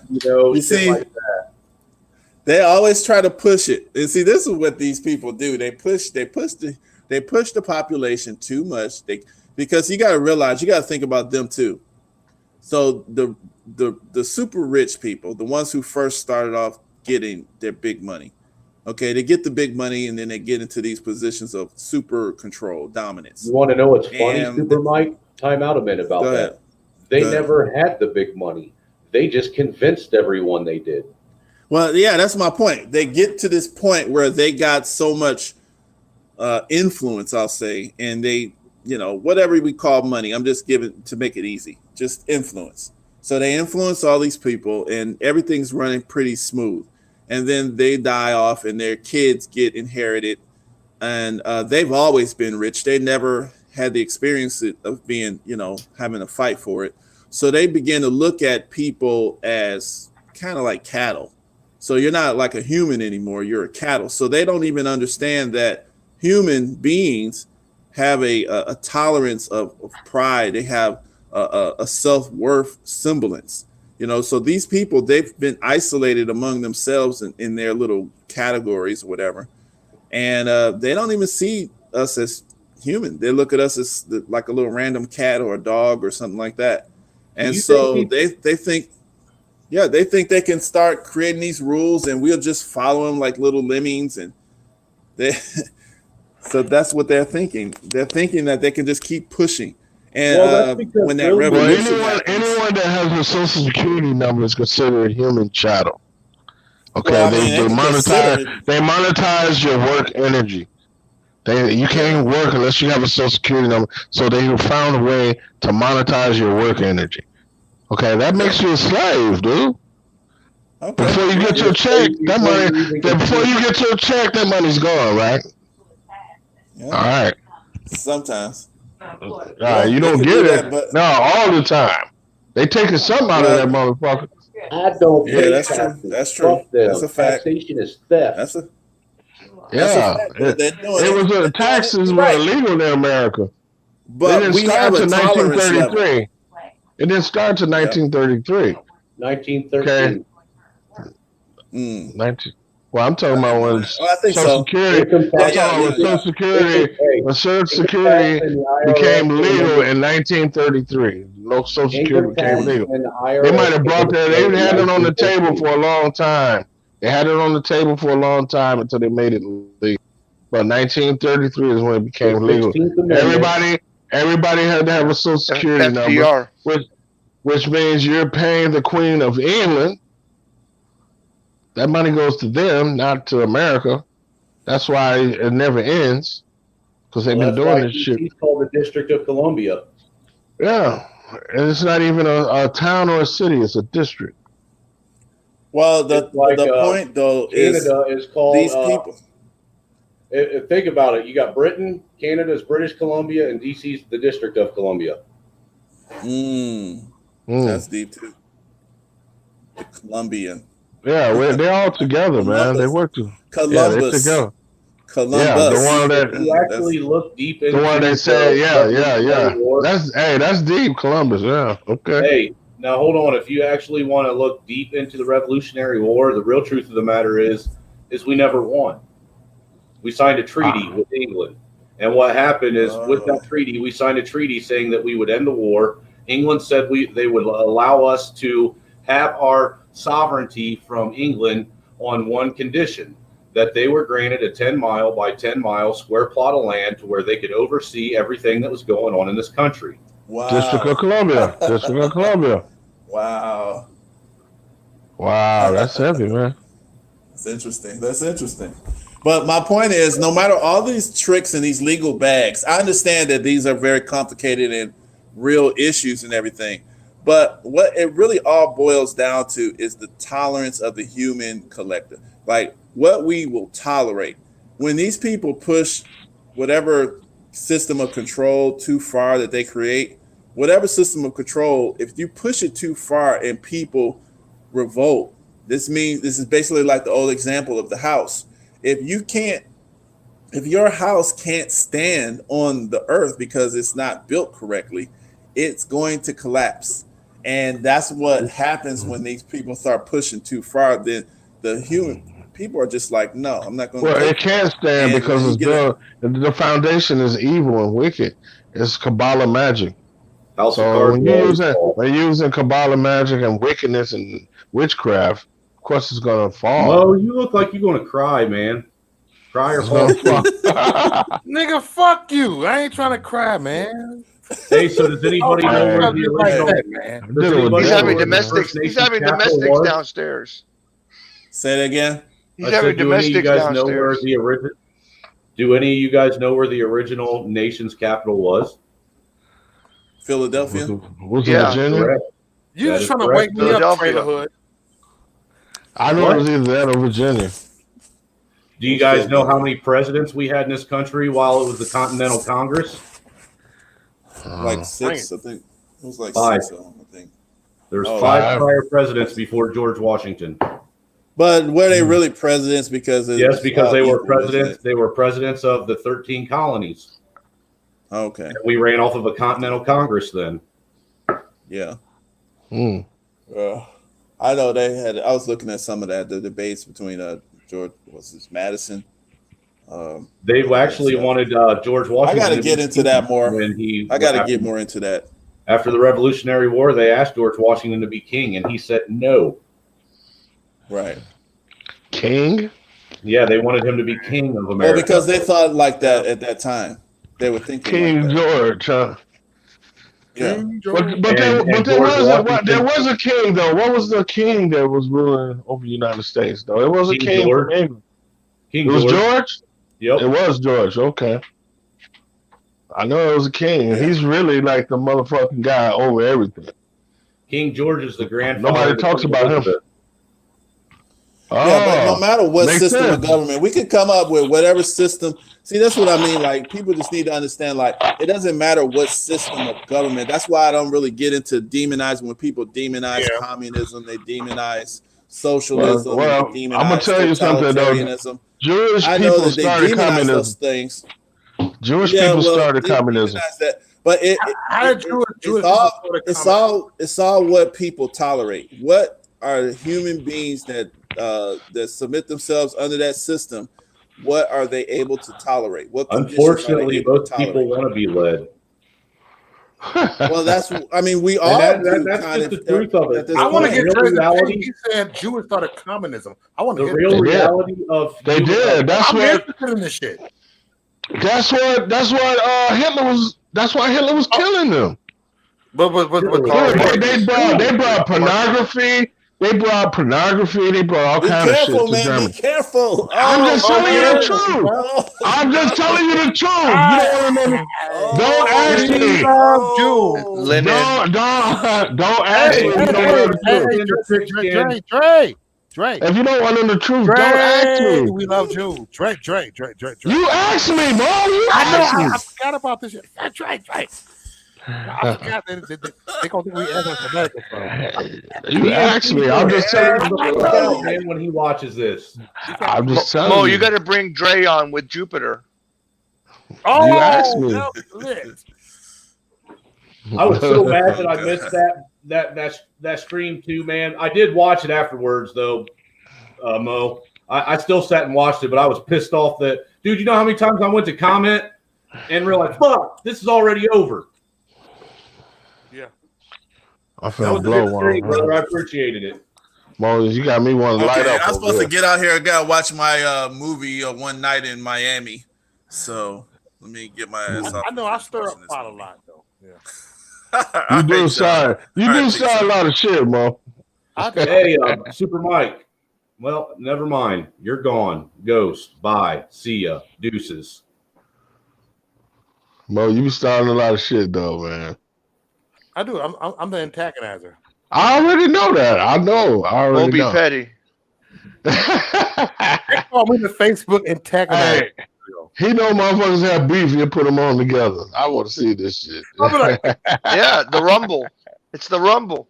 oh shit, let me get them two going at it. All right. So what do you think about this? What do you think about that? Hey, Jerry been doing that shit for years. Jerry been doing that shit for years. And Geraldo used to do it when he used to have his show. Yeah, he's like, Oh, so yeah. That's how he got his nose broken. Yep. So he had the Black Panthers on there with the KKK. Yep. Oh, They started throwing chairs. I actually want to get a KKK on my show. I just can't find one. Damn. Ask RBR. He knows. He said he knows a lot. No, I want some sheets on my shit. I have a discussion with him. Argue with him. Hey, Dre, would you come on with me and I argue with him? Just have a discussion with the KKK? I ain't gonna tell you I ain't gonna argue with him. But He will. See, I'll have a discussion with their ass. Shit. I'll let them stick their own foot in their mouth. yeah. That's I my know. purpose. I'm gonna do that too. You gotta invite RBR on that then. Bring RBR that night. Yeah. That's my chess game, y'all. Let them stick their foot in their mouth. Mm-hmm. You know, I'm gonna do that too. Then I'm gonna make you really look stupid after that. Yeah, I'll sit there. Like, and you just say shit. You Like, just said okay. this. You just said this. You just said that. Mm-hmm. Mm-hmm. Yeah, let me sit there. Hey, Dre. What's up, Dre? That BitChute video I was telling you about, it's in the back chat now. Okay, I'm gonna check it out. For it. Check it out, dude. For real, check it out. Hey, Brian, BitChute, is that just a website or is that an app? It's like a Facebook, but it's no live streaming. You can go upload video. It's like YouTube, but no live streaming. Now it sends you to it'll send you to my Facebook account where it's on there first because that's the only way I could get a link. But then it'll take you from the link on my Facebook right to BitChute. But that's a website. Yeah. But I tried to look for it in the App Store, I couldn't find it. I'm gonna check it out. Dude, it's worth watching, man. It'll blow your mind. And the thing is while you're watching it, if you enlarge it to where it fills up the whole screen on your computer, she leaves all the thumbnail or all the tabs up, and you can, as she's clicking through the tabs, giving you the information, it has in the address box all the web addresses that she's at to where you can actually fact check the shit yourself. Okay, I like that. Yeah. Hey, Dre, I do like how you took a stand on something like you ain't comfortable on Facebook. You over here on YouTube kicking with us. You away from Facebook, like, hey. Yeah. Man, hey, Mo, I love you. I like what you're doing. I told you that. Man, I like and I appreciate it, bro. You know, and you my nigga, man. You know. Hey, Mo popped my cherry on this shit, man. You're being censored right now, Mo, on your public figure. You can't go live. And Dre's kind of like pro-black, and me and him tight like a motherfucker. You can't go live on your public figure. Pro-black. Well, really, I'm pro-Indian, man. That's what I am. Yeah. Oh, you and Kayla get along good. Y'all pro-Indian motherfuckers. I mean, yeah. I mean, that's where my people came from, the reservations here. Honestly, like I said, Mo, he popped my cherry, dude. I accidentally ran across him one night on YouTube, man, because of the shit that I follow, man. His shit fell into the echo chamber, man. And I saw this, light-skinned, freckled, loud-mouth fucking black dude on there talking shit. And I was like, man, I got to check him out. And I appreciate because I'm a little crazy. You should have seen him 5 years ago. What'd you He say? was a lot rawer. I was worse. I was worse 5 Yeah. years ago. I have Yeah. calmed down a whole lot. Like more, I've seen the deleted video. videos. He saw I get drunk, taking my shirt off, and cuss every fucking body out of the. I was worse. Yeah, I've seen the deleted videos. The first night I watched you live was the first night I came up on your panel, dude. Yeah. And you let me come up on your panel and talk shit, man. And dude, you got garnered mad respect for me from that night on. I appreciate it, bro. Damn, I wish you would have saw me on Facebook when I was worse. You'd be like, no, actually, I think I like you refined like you are, man, because now you actually get your point across and you got more people listening. I was really off the chain, like, Mo, like, calm down. Nah, he got his point across. The thing is and I did. dude, I got my point across. You should have saw. But I was more like, Mo, if you would have saw me 7-8 years ago when I first got involved in the Patriot movement itself, going out and doing rallies and actually learning shit and educating myself on everything. Look, dude, I was loud. I was vocal. I was like you are, dude. Violent about it, dude. Aggressive about it. Like all of the people facing shit about it. You know what I'm saying? And the thing that I've learned is as you start growing in this, you evolve into it, and you start learning how to address certain people and how to have conversations with different people. And then you got people like me who don't want to listen to nothing. Yeah. That's remember Dearborn? Man, you gotta give it to him in baby steps. Remember Dearborn, Mo? Oh, Dearborn, when I threatened Antifa on the live stream, I threatened their ass. Right on the live stream. Those were the early days. I beat your ass, you bitch ass nigga. I said it right on it. And I have not deleted that video, it's still there. But look, dude, I just wanted to, while you're here, I want to let you know, I thank BMT for, helping me get out there and get a message out and help try and fix things. BMT with his crazy ass. What's up, BMT? We're still alive, huh? Needs to be bridged, but you know what? I also got to give thanks to you for actually being the first person to let me put my voice out there and give me a platform to be able to meet all these people, to go out and start reaching other people. Hey, look, my thing is, bro, you know what? I gotta say the same thing, Mo. I gotta say the same thing he just said, man. Really. And when I say something, y'all, I always would consider myself a regular person, and I watch these motherfuckers, right? I watch these big vloggers, conservatives. I'm gonna say this. I watch these motherfuckers, and they get like this, and they do this. I say, you know what? I'm gonna always be right here. I don't want to be like this. I want to be like this, and just everybody. Let's talk. We all regular people in this motherfucker, because, like Ruby Garcia said, she said being social media famous, it's like being rich on Monopoly. It don't mean nothing. It's an ego thing. It's an ego thing when you have a certain. No, it's an ego thing. It's an ego thing. You know. Look. I'm looking at you when I tell you this, dude. Seriously, real knows real, brother. Right. Real recognize real. You know, straight up, dude. Motherfuckers know when people are giving them the bullshit. You know what I'm saying? And you're a real motherfucker, dude. And you also. You recognize when there's real motherfuckers around you as well, and you always go out of your way to make sure that those people are in your circle and part of the inner circle, helping make this movement bigger than what it is. I appreciate it, bro. You know, I really do. Yep, Mo's my little brother. Yeah, it's my big brother right there. Hey, you know, I ain't trying to stroke your ego or anything like that, but I just, like I said, I felt the need to. I just felt the need to. Mo? I appreciate it, brother. You know, you help. Look, dude, you're a bigger fucking piece of this movement than what you realize, man. Hey, I appreciate it, bro. Oh, Mo's helped a lot of people over the years. And I do that. Look, Dre, right? I remember Dre, he used to put in my comments and say, I'm a fucking coon. He do this shit. I'm a coon. So one day, I saw him on Facebook Messenger. I pressed that little video chat. I called him out of nowhere. I said, what's up, bro? And we talked for like over an hour. We were cool as fuck. And he said, man, Dre said, man, maybe we can have an intellectual conversation or something. Have him on your channel sometime. You know what I'm saying, on your video. I said, cool, let's do this. Bro, we got a lot of common than we think. You know what I'm saying? Then he realized this nigga ain't no goddamn coon. But you know, he don't outside. He never talked to him on the back end. He kind of looked like and I get that. I think I'm a coon too. If I ain't know me, you know what I'm saying? It's just like motherfucker look at you, Trailer Hood. They can have a misinterpretation on you or John. People can get a misinterpretation on people. Dude, most people until they actually get to know me, just by looking at me, automatically think I'm some fucking redneck. You know, straight up. Think I'm a redneck and think that, you know, that I'm white power and all that shit. And that's actually the farthest from the case. You know, I spent most of my fucking formative years running around in the hood because that's where I belong. You know. Oh, I was reading it. I was reading the chats, man. But I didn't get that vibe from you. I didn't get that vibe from you. Well, I appreciate that, Dre.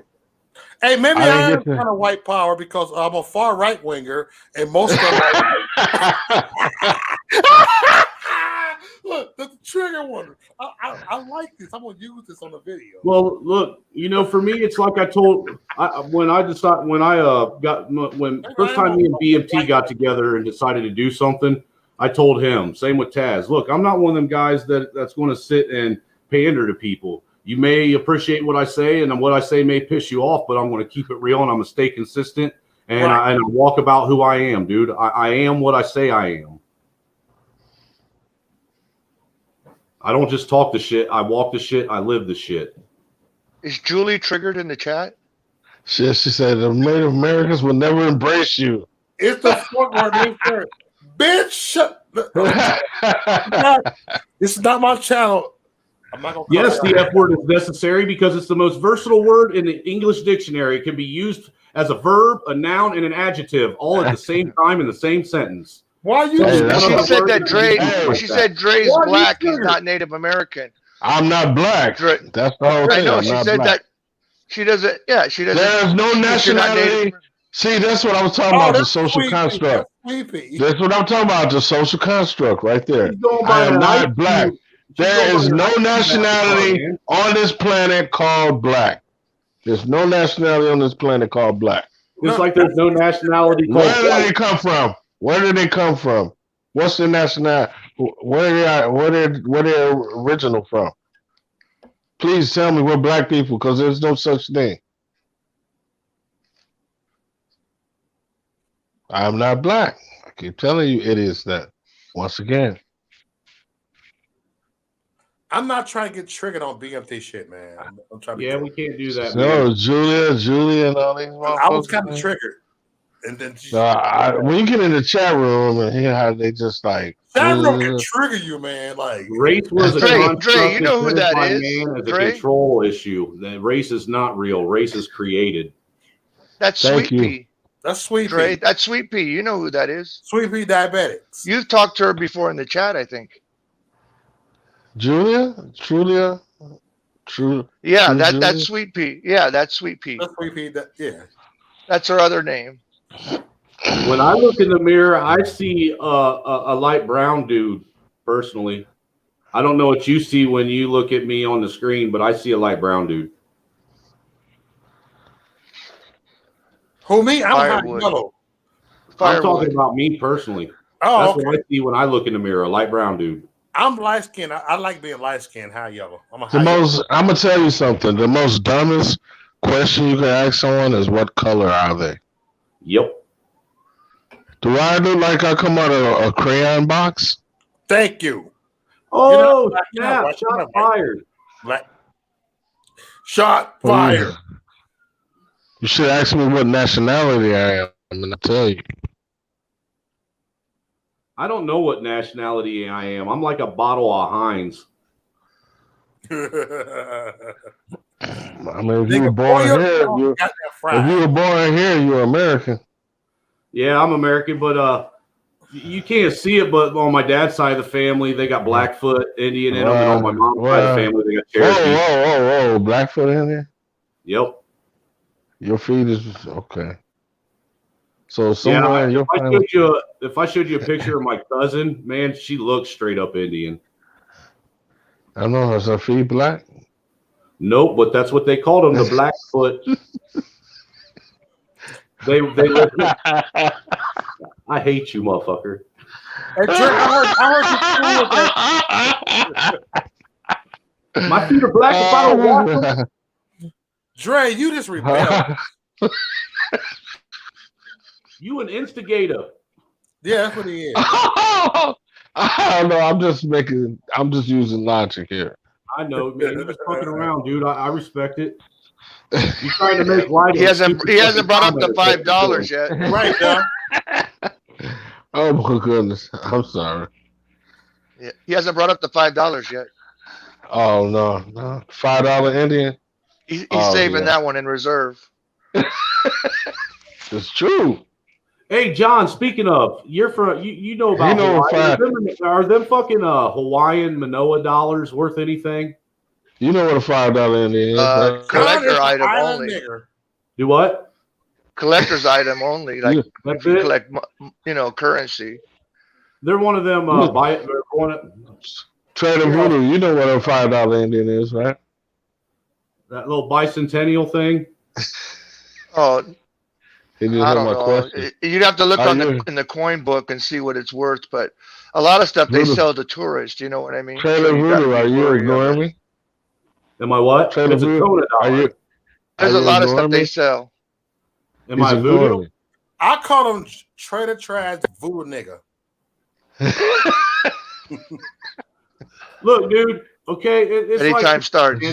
When I first got on here, I actually used my real name for about 3 days, and then I spent a whole night. I spent a whole night doing dabs and trying to come up with the most outrageous, unheard of, unique handle that nobody's ever seen before. But you know what a $5 Indian is, right? Yes. Nigga, I don't know. Okay. It's a coin. No, it's not a coin. It ain't? No. Well, what's a $5 Indian in? When you register, that's how much it costs to register. And back in so you could go down and register.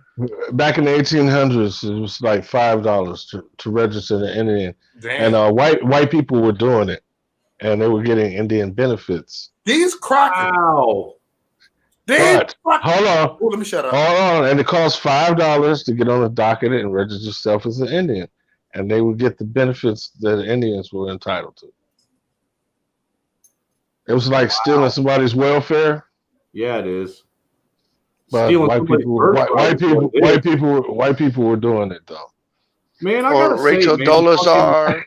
all I got to say is fucking white motherfuckers back in the day were some fucking evil ass fucking motherfuckers. Indians were not white. I'm sorry. They didn't have white skin. I know, man. That's why I'm like brown and red. I mean, it's in the Constitution. Copper tone people. If I put a penny next to me and next to you, I think it would look more like me than you. I didn't say I got a whole lot of Indian in me. You know, the penny is a copper, right? Right. I'm just going by what I was told. And they put Abraham Lincoln on it. I'm just going by what I was told was in our fucking family tree. They put Abraham Lincoln on it. I don't know if I was. Now you know that. Hey, Dre. And you know what else they put Lincoln on? Here's something that I can say that I can prove back. What, the $5 bill? Yep, the $5 bill. Oh, and you know he killed more Indians than any president in American history. He was actually the $5 bill. That motherfucker was a tyrant. If you and they put him on the penny, copper tone people. They put him on the penny too, right? That makes sense too, man. Now that dude, that. Wow. Now, and the penny is the only one that's facing the opposite direction. It is too. The nickel, dime, and quarter, they all facing the same direction. The penny is the only one. They turned their back on him, actually, because all the silver coins are facing away from him.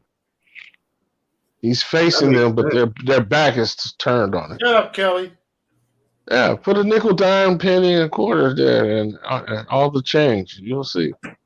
You want to hear something that I can prove, though? My because I mean, as far as my lineage, I don't know. I'm just going by what I said. But what I can prove about my son and daughter with my wife, their great uncle was Josiah Bartlett, which was one of the signers of the Declaration of Independence. Yeah. Hey, Dre, you know who was on before Lincoln on the penny? An Indian. Yeah, yeah, that's right. You're absolutely right. Buffalo nickels. Yeah. Buffalo, look, I can say it, Buffalo niggas. That's all I got. Buffalo nickels. I can say, no, look, they won't flag me because I'm black. Yep. And there's a difference in the price for a 4-legged and a 3-legged buffalo. I'm trying to find all the fucking silver I can. That way I can melt that shit down, dude. I'm an indigenous American. I know how to find my ways around not getting flagged and shit.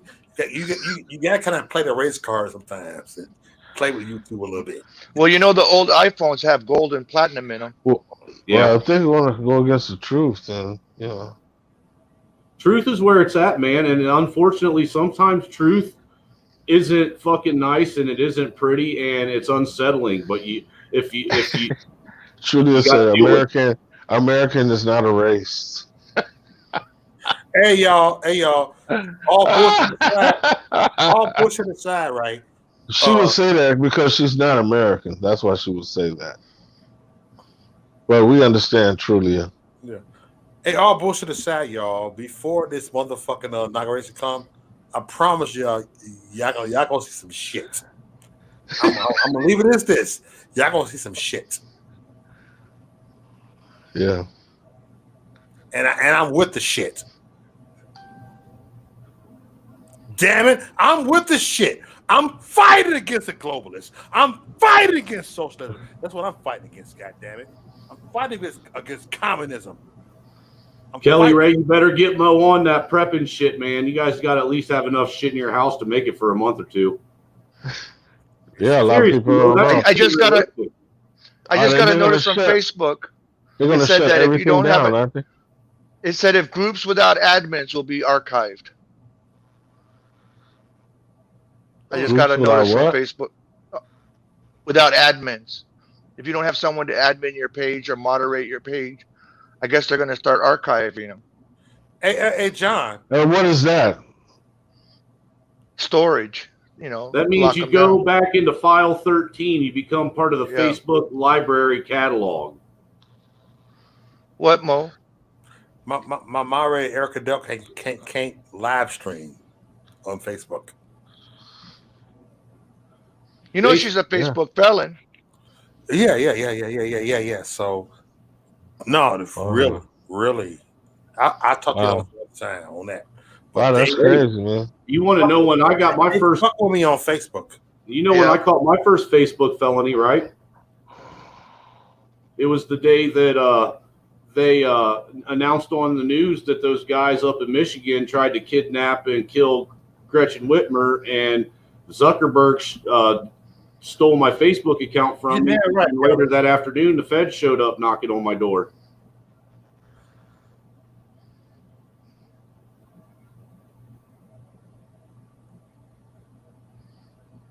And that's a fact, Jack. Because I actually do shit and was part of shit. Yeah, I'll tell all you guys that everything that they said about them men was all lies, man. They're all political prisoners right now. Hey, so you can validate that what you just said, huh? I absolutely can. I was at the meetings they were talking about on the news. So did they arrest you? Nope. There were 8 of us that didn't get arrested. 15 got arrested. 8 of us just got questioned. You can ask Mo. I showed him videos. I showed him the video of my one dude over in Baltimore where they brought the fucking Fed SWAT to his house. Thomas got a call from the feds for being in DC. Yeah, Tom from Wisconsin. That doesn't surprise me. Why? Tom was part of that shit with Michigan too. Well, they're cracking down on anybody that was in DC, huh? No, they're cracking Yep, down on facial anybody that goes recognition. against the If you corruption. in DC that day, they're gonna arrest your ass. They're cracking down on anybody that wants to stand up against the corruption. That's what it is. They want to scare people from standing up for what's right. That's it. But it's Stand up for corrupt. what is right. It is corrupt. It is corrupt. Yeah. I agree with that. The system is corrupt. Are you serious? Of course I didn't get arrested. White privilege. Woman or dude, you don't even know where I'm from, man. I mean, seriously. White privilege? You don't know nothing about me. Why don't you talk to some of these people that know me? White privilege. She got you triggered, man. I would like to know where my privilege card went when I got my fucking face bounced off a cruiser.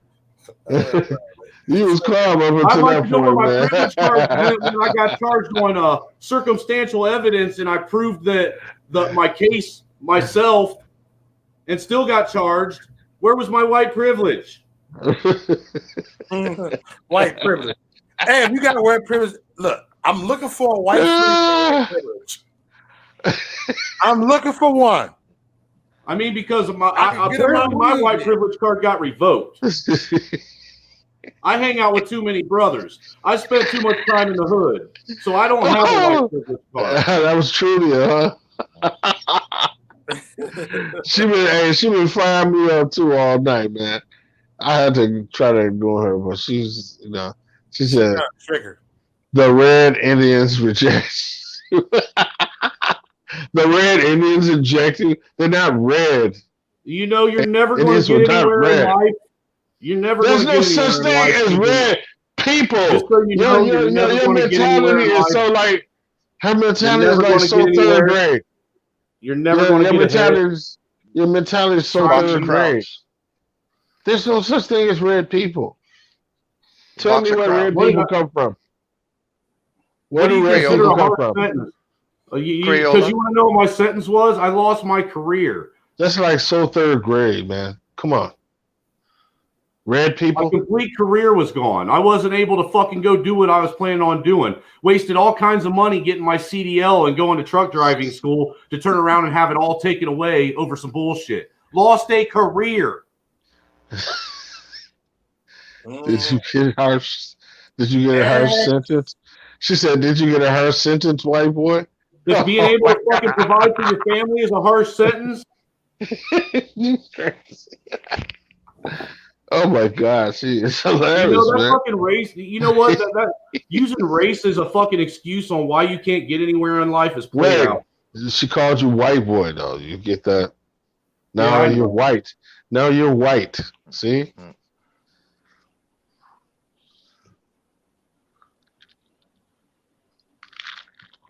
The world isn't a box of crayons, okay? Losing a career is a sentence. Is not a sentence. It's a consequence of your poor decisions. You have a flawed logic. Oh Like, my You God. sit and flip flop Hey, back y'all, and forth. hey, y'all. Look, either I have white privilege or I have consequences of poor decisions. Which Oh one my is? God. Because see where I'm from, the only thing that those Nazi ass fucking cops saw, the only color they saw was green. Oh my God. The girl's hilarious. She been firing me up all night too, man. I'm just like, I'm not gonna go back and forth with her. She's a troll. I said she's a troll. She comes on Mo's all the time. Oh, that's what she does? Hey y'all, Yeah, she's a regular. Hey y'all, I'm finna dip off here. I gotta be at work tomorrow. No, I gotta jump off here too, man. BMT, wake up, end the stream. Wake up, BMT. Wake up. We're done. Hey, Mos, before we end, man, anybody got anything they want to say and put out there, man? Any last words? Any final words of wisdom? Any Not last you, words? Crew, Julie. Come on here, y'all. Well, yeah, BMT, wake your ass up. Go ahead, Mo. What's your words of wisdom? My words of wisdom is we gotta know that we are somebody. We are, even though we are a nobody. When I say a nobody, we gotta look at us as a vessel, and we are just a vessel. That means a nobody, but we are somebody.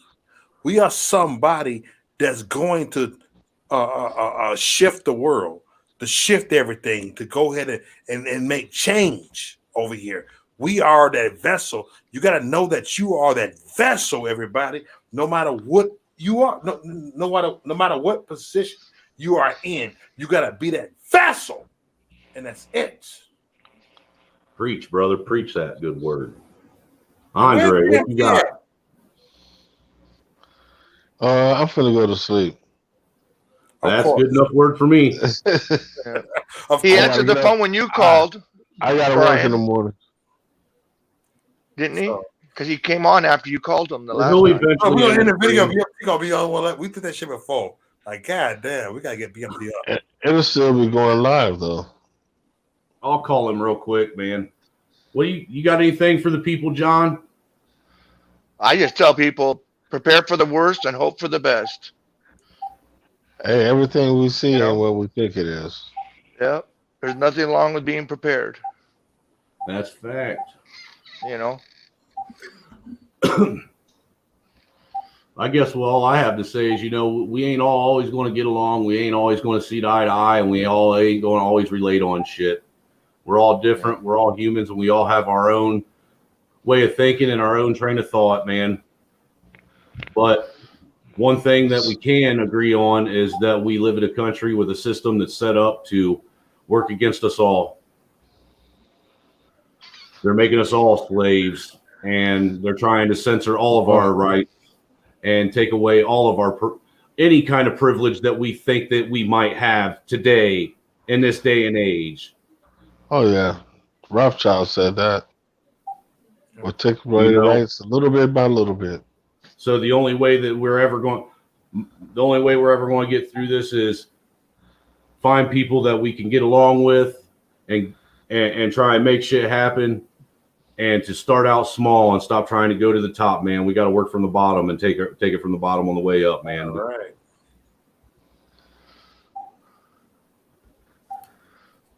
As for that, that's all I got to say. All right. You contact BMT? Sure. No. Yeah, damn. I'm trying to. Goddamn shit. All right, y'all. I'm up, All right. y'all. All right. Hey, Dre. I have won't fun leave with you, brother. hanging. Always All a right. pleasure. Well, usually Dre's the last one. Yeah. God damn. Yeah, call BMT. Hey, Mo, Kelly wants to know if you got any other drunk words of wisdom. Hey, oh, okay. Shut up, Kelly. I'm right here. You should ask me that shit. Yep. Prepping for Mo is buying a 12-pack. But anyway, y'all, BMT is too drunk. I guess I got to go ahead and do that. Just keep it going. You say what? He gonna cut that message.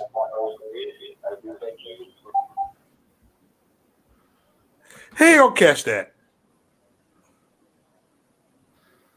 I'm not sitting on here all damn night long waiting on his ass to wake up. I guess I gotta hold this shit down. See, you always do that shit. Yep. Paper, rock, scissors. Paper, rock, scissors, Mo. Yep. Sucked back into it. You ready? You gonna Paper, rock, scissors. Paper, rock, scissors. Oh, fuck. Come on. No. I gotta get that shit. That's on you. You the motherfucker. You the host, motherfucker. Now you No, the host. I ain't. We're co-hosts. He gave it to you. He said that right from the beginning that we were co-hosts. No, he gave you the host. No. John. John. You were the moderator, and me and Mo were co-hosts. Damn. I'm gonna kick BMT ass. I promise you. I told him he could just take a nap. I didn't tell him he could fall out. He do this shit all the time. I know he did it on the Woman's Talk today, man. Yeah, he do all that the women shit. literally left the studio, and he was sitting there hanging for like 10 minutes, just him, dead silence. Oh shit! At one point, we could hear him snoring. Guess what? I'm out of here. It's better you than me. I'll see you later. I'll bounce, man. Bye.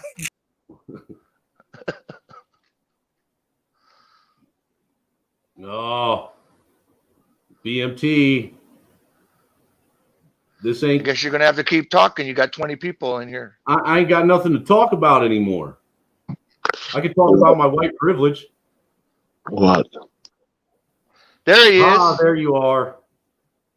Hi, He has buddy. arisen. I didn't say anything. I just let people say all the shit. I just sat quietly. Huh? I didn't say anything. I just listened to everybody. Mm-hmm. I was there. In and out. I I was figured there. you were there. I was figured there. you were half sleeping, listening, waiting. But with BMT, we pretty much have closed it out. You got anything you would like to say to anybody? No. Just y'all be safe for the weekend. And y'all just have a just hopefully we all find a solution. Amen to that. Hey, I'll hit you up in the morning after you get some sleep, brother. All right. All right. Later, John. Later, B. All right. All right.